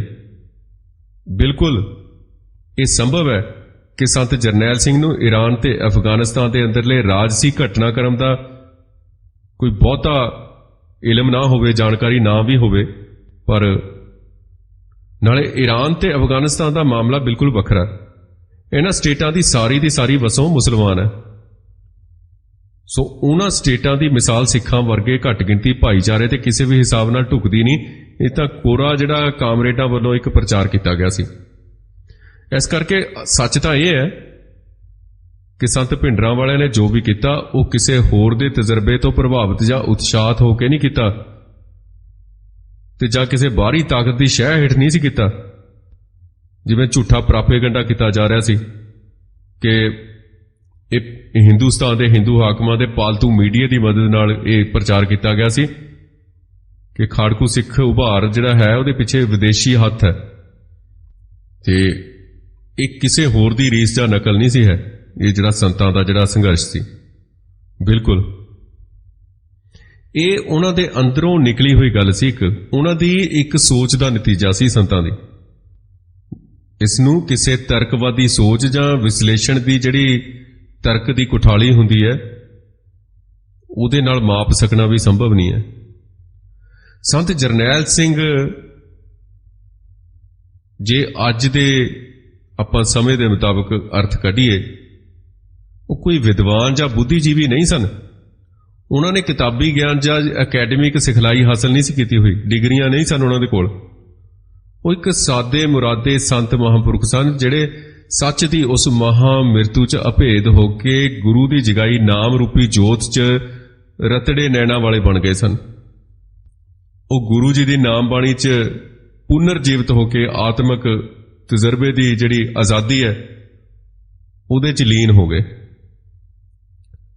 ਉਹਨਾਂ ਦੀ ਜਿਹੜੀ ਖਾਸ ਗੱਲ ਸੀ, ਉਹਨਾਂ ਦੇ ਵਿੱਚ ਜਿਹੜੀ ਖਾਸੀਅਤ ਸੀ, ਉਹ ਆਤਮਿਕ ਤਜਰਬੇ ਦੇ ਨਾਲ ਇਸ ਤਰ੍ਹਾਂ ਜਗਮਗਾ ਉੱਠੀ ਕਿ ਉਹਦੀ ਕਲਪਨਾ ਦੇ ਅੰਦਰ ਖਾਲਸਾ ਪੰਥ ਨੂੰ ਦਰਪੇਸ਼ ਖਤਰਿਆਂ ਤੇ ਚੁਣੌਤੀਆਂ ਦੀ ਜਿਹੜੀ ਭਰਵੀਂ ਤੇ ਸਹੀ ਤਸਵੀਰ ਉੱਭਰ ਕੇ ਸਾਹਮਣੇ ਆ ਗਈ, ਤੇ ਸਿੱਖ ਧਰਮ, ਸੱਭਿਆਚਾਰ ਤੇ ਵਿਰਸੇ ਦੀ ਰੱਖਿਆ ਲਈ ਮੌਕੇ ਦੇ ਮੁਤਾਬਕ ਕਿਹੜਾ ਕਦਮ ਸਹੀ ਸੀ ਤੇ ਦੁਸ਼ਮਣ ਦੀਆਂ ਚਾਲਾਂ ਤੇ ਉਹਦੇ ਹਮਲਿਆਂ ਦਾ ਕਿਹੋ ਜਿਹਾ ਢੁਕਵਾਂ ਜਵਾਬ ਦੇਣਾ ਬਣਦਾ ਸੀ। ਇਹਨਾਂ ਤੇ ਇਹੋ ਜਿਹੇ ਹੋਰਨਾਂ ਸਵਾਲਾਂ ਦੇ ਜਵਾਬਾਂ ਦਾ ਫੁਰਨਾ ਉਹਨਾਂ ਨੂੰ ਅੰਦਰੋਂ ਹੀ ਫੁਰਦਾ ਸੀ। ਆਪਣੇ ਉਹਨਾਂ ਦੇ ਅੰਦਰ ਇਸ ਤਰੀਕੇ ਨਾਲ ਸਿਕਸ ਸੈਂਸ ਦਾ ਜਿਹੜਾ ਸੰਚਾਰ ਹੋਇਆ ਕਿ ਉਹ ਆਪਣੇ ਅੰਦਰੋਂ ਹੀ ਜੋ ਕੁਝ ਫੁਰਦਾ ਸੀ, ਪੈਦਾ ਹੁੰਦਾ ਸੀ, ਉਸ ਨੂੰ ਉਸੇ ਤਰੀਕੇ ਨਾਲ ਉਹ ਬੋਲਦੇ ਸਨ, ਜ਼ੁਬਾਨ ਤੇ ਲੈ ਕੇ ਉਸੇ ਤਰੀਕੇ ਨਾਲ ਉਹ ਲਾਗੂ ਕਰਦੇ ਸਨ। ਉਹਨਾਂ ਨੇ, ਅਸੀਂ ਪਹਿਲਾਂ ਵੀ ਗੱਲ ਕੀਤੀ ਸੀ ਪ੍ਰੋਫੈਸਰ ਪੂਰਨ ਸਿੰਘ ਦੀ, ਉਹਨਾਂ ਨੇ, ਉਹ ਕਹਿੰਦੇ ਨੇ ਕਿ ਪ੍ਰੋਫੈਸਰ ਪੂਰਨ ਸਿੰਘ ਕਹਿੰਦੇ ਨੇ ਕਿ ਬੌਧਿਕ ਵਿਸ਼ਲੇਸ਼ਣ ਕਦੇ ਵੀ ਠੀਕ ਨਹੀਂ ਹੁੰਦਾ ਹੈਗਾ। ਜੇ ਅਸੀਂ ਦਿਮਾਗ ਦੇ ਘੋੜੇ ਭਜਾ ਲਈਏ ਨਾ ਜਿੰਨੇ ਮਰਜ਼ੀ, ਤਾਂ ਕਈ ਵਾਰ ਉਹਦਾ ਆਨਸਰ ਹੈ ਜਿਹੜਾ ਸਿਫਰ ਹੀ ਨਿਕਲਦਾ। ਤਾਂ ਆਤਮਾ ਦਾ ਜਿਹੜਾ ਆਤਮਾ ਦਾ ਜਿਹੜਾ ਅਸੀਂ ਆਪਣੇ ਤੌਰ ਦੇ ਉੱਤੇ ਨਿਰਣੇ ਕਰਦੀ ਹੈ, ਜਿਹੜੇ ਵੀ ਆਤਮਿਕ ਤੌਰ ਤੇ ਅਸੀਂ ਨਿਰਣੇ ਕਰਨੇ ਆ, ਉਹ ਕਦੇ ਗਲਤ ਨਹੀਂ ਹੋ ਸਕਦੇ। ਆਤਮਾ ਦੇ ਨਿਰਣੇ ਹੋਰ ਹੁੰਦੇ ਨੇ, ਸਾਡੇ ਬੋਧ ਦੇ, ਸਾਡੇ ਦਿਮਾਗ ਦੇ ਨਿਰਣੇ ਹੋਰ ਹੁੰਦੇ ਨੇ। ਆਤਮਿਕ ਤੌਰ ਤੇ ਜਿਹੜੇ ਨਿਰਣੇ ਹੁੰਦੇ ਨੇ ਉਹ ਸੰਤ ਜਰਨੈਲ ਸਿੰਘ ਜੀ ਖਾਲਸਾ ਭਿੰਡਰਾਂ ਵਾਲਿਆਂ ਨੇ ਕੀਤੇ। ਸੋ ਉਹਨਾਂ ਨੇ ਸਿੱਖ ਫਲਸਫੇ ਤੇ ਸਿੱਖ ਪਰੰਪਰਾਵਾਂ ਕੋਲੋਂ ਪ੍ਰੇਰਣਾ ਲੈਂਦਿਆਂ ਹੋਇਆਂ ਆਪਣਾ ਰਾਹ ਆਪ ਲੱਭਿਆ, ਆਪ ਹੀ ਇਸ ਦੇ ਨਕਸ਼ ਤਰਾਸ਼ੇ, ਆਪ ਹੀ ਇਸ ਨੂੰ ਘੜਿਆ, ਤੇ ਫਿਰ ਖੁਦ ਆਪਣੇ ਤੇ ਆਪਣੇ ਬਹੁਤ ਹੀ ਨੇੜਲਿਆਂ ਪਿਆਰਿਆਂ ਦੇ ਸਿਰਾਂ ਦੀਆਂ ਬੁਰਜੀਆਂ ਨਾਲ ਇਹਦੀਆਂ ਪੱਕੀਆਂ ਨਿਸ਼ਾਨੀਆਂ ਸਥਾਪਿਤ ਕੀਤੀਆਂ। ਉਹਨਾਂ ਨੂੰ ਕਿਸੇ ਬੇਗਾਨੇ ਫਲਸਫੇ ਦੀਆਂ ਜਿਹੜੀਆਂ ਫੌੜੀਆਂ ਹੁੰਦੀਆਂ ਨੇ ਜਾਂ ਲਾਠੀਆਂ ਹੁੰਦੀਆਂ ਨੇ, ਉਹਨਾਂ ਦੇ ਸਹਾਰੇ ਦੀ ਲੋੜ ਨਹੀਂ ਪਈ। ਮਨ ਦੇ ਅੰਦਰ ਕਿਸੇ ਦੀ ਨਕਲ ਜਾਂ ਰੀਸ ਕਰਨ ਦੀ ਉਤੇਜਨਾ ਪੈਦਾ ਨਹੀਂ ਹੋਈ ਉਹਨਾਂ ਨੂੰ। ਨਕਲਚੂ ਮਨੋਬਿਰਤੀ ਦਾ ਹੱਲਾ ਉਹਨਾਂ ਲੋਕਾਂ ਤੇ ਵੱਧ ਜ਼ਿਆਦਾ ਹੁੰਦਾ ਹੈ ਜਿਹੜੇ ਆਪਣੇ ਅਸਲ ਨਾਲੋਂ, ਆਪਣੇ ਮੂਲ ਨਾਲੋਂ ਤੇ ਆਪਣੇ ਵਿਰਸੇ ਨਾਲੋਂ ਟੁੱਟੇ ਹੁੰਦੇ ਨੇ। ਸਾਡੇ ਕੋਲ ਆਪਣਾ ਇੰਨਾ ਵੱਡਾ ਇਤਿਹਾਸ ਹੈ, ਉਹਨਾਂ ਨੇ ਸਾਰਾ ਉਸ ਇਤਿਹਾਸ ਤੋਂ ਵਿਰਸੇ ਤੋਂ ਉਹਨਾਂ ਨੇ ਲਿਆ ਸਾਰਾ ਕੁਝ। ਤੇ ਕਿਸੇ ਵਿਦੇਸ਼ੀ ਲਹਿਰ ਜਾਂ ਕਿਸੇ ਬਾਹਰਲੀ ਕੋਈ ਲਹਿਰ ਦੇ ਪ੍ਰਭਾਵ ਦੇ ਅਧੀਨ ਨਹੀਂ ਆਏ ਹੋ। ਉਹਨਾਂ ਕੋਲ ਇੱਕ ਬਹੁਤ ਵੱਡਾ ਖਜ਼ਾਨਾ ਪਿਆ। ਸ਼ਹੀਦ ਬਾਬਾ ਦੀਪ ਸਿੰਘ, ਸ਼ਹੀਦ ਭਾਈ ਤਾਰੂ ਸਿੰਘ ਤੇ ਹੋਰ ਕਿੰਨੇ ਹੀ ਸ਼ਹੀਦ ਸਿੰਘ, ਇਹਨਾਂ ਵਰਗੇ ਪ੍ਰਤਾਪੀ ਸ਼ਹੀਦਾਂ ਨੂੰ ਛੱਡ ਕੇ ਉਹਨਾਂ ਨੇ ਕਿਸੇ ਮੈਜ਼ਨੀ ਜਾਂ ਗਿਲਵਾਰਡੀ ਜਾਂ ਉਹਨਾਂ ਕੋਲੋਂ ਕੀ ਲੈਣਾ ਸੀ, ਜਾਂ ਕਿਸੇ ਇਰਾਨੀ ਜਾਂ ਅਫਗਾਨੀ ਕਿਸੇ ਲਹਿਰ ਤੋਂ ਕੀ ਲੈਣਾ ਸੀ। ਉਹਨਾਂ ਦਾ ਆਪਣਾ ਘਰ, ਸੰਤਾਂ ਦਾ, ਸੰਤ ਜਰਨੈਲ ਸਿੰਘ ਜੀ ਦਾ ਆਪਣਾ ਘਰ ਹਰ ਤਰੀਕੇ ਦੀ, ਹਰ ਤਰ੍ਹਾਂ ਦੀ ਦਾਤ ਨਾਲ ਭਰਿਆ ਪਿਆ ਸੀ, ਰੱਬੀ ਦਾਤ ਨਾਲ। ਸੋ ਇਸ ਤਰੀਕੇ ਨਾਲ ਅਸੀਂ ਦੇਖਦੇ ਹਾਂ ਕਿ ਇਹ ਬਹੁਤ ਜਿਹੜੀ ਦੇਣ ਹੈ ਸੰਤਾਂ ਦੀ, ਖਾਸ ਕਰਕੇ ਵਿਚਾਰ ਦੀ ਦੇਣ ਹੈ, ਇਹ ਆਪਣੇ ਆਪ ਦੇ ਵਿੱਚ ਬਹੁਤ ਵੱਡੀ ਹੈ। ਤੇ ਇਸ ਦੇਣ ਦੀ ਜੇ ਅਸੀਂ ਗੱਲ ਕਰੀਏ ਤਾਂ ਨਹੀਂ ਦੇ ਸਕਦੇ। ਸੰਤਾਂ ਨੇ ਜਿਸ ਤਰੀਕੇ ਨਾਲ ਸ਼ਹੀਦੀ ਪ੍ਰਾਪਤ ਕੀਤੀ, ਅੱਜ ਦੇ ਸਮੇਂ ਦੇ ਵਿੱਚ ਅਸੀਂ ਸਮਕਾਲੀ ਹਾਂ। ਸਾਡੀਆਂ ਜਿਹੜੀਆਂ ਉਮਰਾਂ ਨੇ, ਅਸੀਂ ਆਪਣੀਆਂ ਪੂਰੀਆਂ ਉਮਰਾਂ ਗਾਲ ਕੇ ਵੀ ਅਸੀਂ ਇਹੋ ਜਿਹੀ ਸ਼ਖਸੀਅਤ ਦੇ ਦਰਸ਼ਨ ਨਹੀਂ ਕਰ ਸਕਦੇ। ਵਾਰ-ਵਾਰ ਅਕਾਲ ਪੁਰਖ ਵਾਹਿਗੁਰੂ ਅੱਗੇ ਅਰਦਾਸ ਕਰਦੇ ਹਾਂ ਕਿ ਇਹੋ ਜਿਹੀ ਕੋਈ ਸ਼ਖਸੀਅਤ ਜਿਹੜੀ ਹੈ ਉਹ ਭੇਜੇ, ਇਹੋ ਜਿਹੀ ਸ਼ਖਸੀਅਤ ਦੇ ਦਰਸ਼ਨ ਹੋਣ ਜਿਹੜੀ ਸੰਤ ਜਰਨੈਲ ਸਿੰਘ ਵਾਂਗ ਮੁੜ ਕੇ ਸਿੱਖ ਕੌਮ ਦੇ ਰਾਹ ਰੁਸ਼ਨਾ ਸਕੇ। ਇਸ ਤਰੀਕੇ ਨਾਲ ਸਾਡੇ ਕੋਲ ਬਹੁਤ ਸਾਡਾ ਘਰ ਭਰਿਆ ਪਿਆ ਜੀ ਸ਼ਹਾਦਤਾਂ ਦੇ ਨਾਲ। ਸਮੇਂ-ਸਮੇਂ ਦੇ ਉੱਤੇ ਸਿੱਖ ਮਰਜੀਵੜੇ ਜਨਮ ਲੈਂਦੇ ਰਹੇ ਨੇ ਤੇ ਸਮੇਂ-ਸਮੇਂ ਦੇ ਉੱਤੇ ਇਹ ਸਾਰਾ ਕੁਝ ਜਿਹੜਾ ਹੈ ਉਹ ਕੌਮ ਨੂੰ ਅਗਵਾਈ ਦਿੰਦਾ ਰਿਹਾ। 1984 ਤੋਂ ਤਕਰੀਬਨ 100 ਸਾਲ ਬਾਅਦ, 1984 ਤੋਂ 100 ਸਾਲ ਬਾਅਦ 2084 ਜਦੋਂ ਆਊਗਾ ਤਾਂ ਇਤਿਹਾਸ ਦੇ ਸਮੁੰਦਰ 'ਚ ਉੱਠਦੀਆਂ ਬਦਲਦੇ ਸਮੀਕਰਨਾਂ ਦੀਆਂ ਲਹਿਰਾਂ ਹੌਲੀ-ਹੌਲੀ ਆਪਣੀ ਫਿਤਰਤ ਦੇ ਅਨੁਸਾਰ ਇਤਿਹਾਸ ਦੇ ਮੁਰਦਾ ਪਾਤਰਾਂ ਨੂੰ ਆਪਣੀ ਆਗੋਸ਼ 'ਚੋਂ ਬਾਹਰ ਕੱਢ ਕੇ ਕਿਨਾਰਿਆਂ ਤੇ ਸੁੱਟ ਦੇਣਗੀਆਂ ਤੇ ਉਹ ਗਦਾਰਾਂ ਦਾ ਸਿਰਲੇਖ ਧਾਰਨ ਕਰੀ ਇਤਿਹਾਸ ਦੇ ਸਾਗਰ ਦੀਆਂ ਲਹਿਰਾਂ ਦਾ ਆਨੰਦ ਲੈਣ ਵਾਲਿਆਂ ਦੇ ਪੈਰਾਂ 'ਚ ਰੁਲਦੇ ਰਹਿਣਗੇ। ਪਰ ਕੌਮੀ ਚੇਤਨਾ ਦੇ ਮਰਕਜ਼ ਅਕਾਲ ਤਖ਼ਤ ਸਾਹਿਬ ਜੀ ਦੀ ਰਾਖੀ ਹਿੱਤ ਸ਼ਹਾਦਤ ਦਾ ਜਾਮ ਪੀਣ ਵਾਲੇ ਮਰਦੇ ਮੁਜਾਹਿਦ ਸੂਰਮੇ ਇਤਿਹਾਸ ਦੇ ਪਾਤਰ ਹੋ ਨਿਬੜਨਗੇ।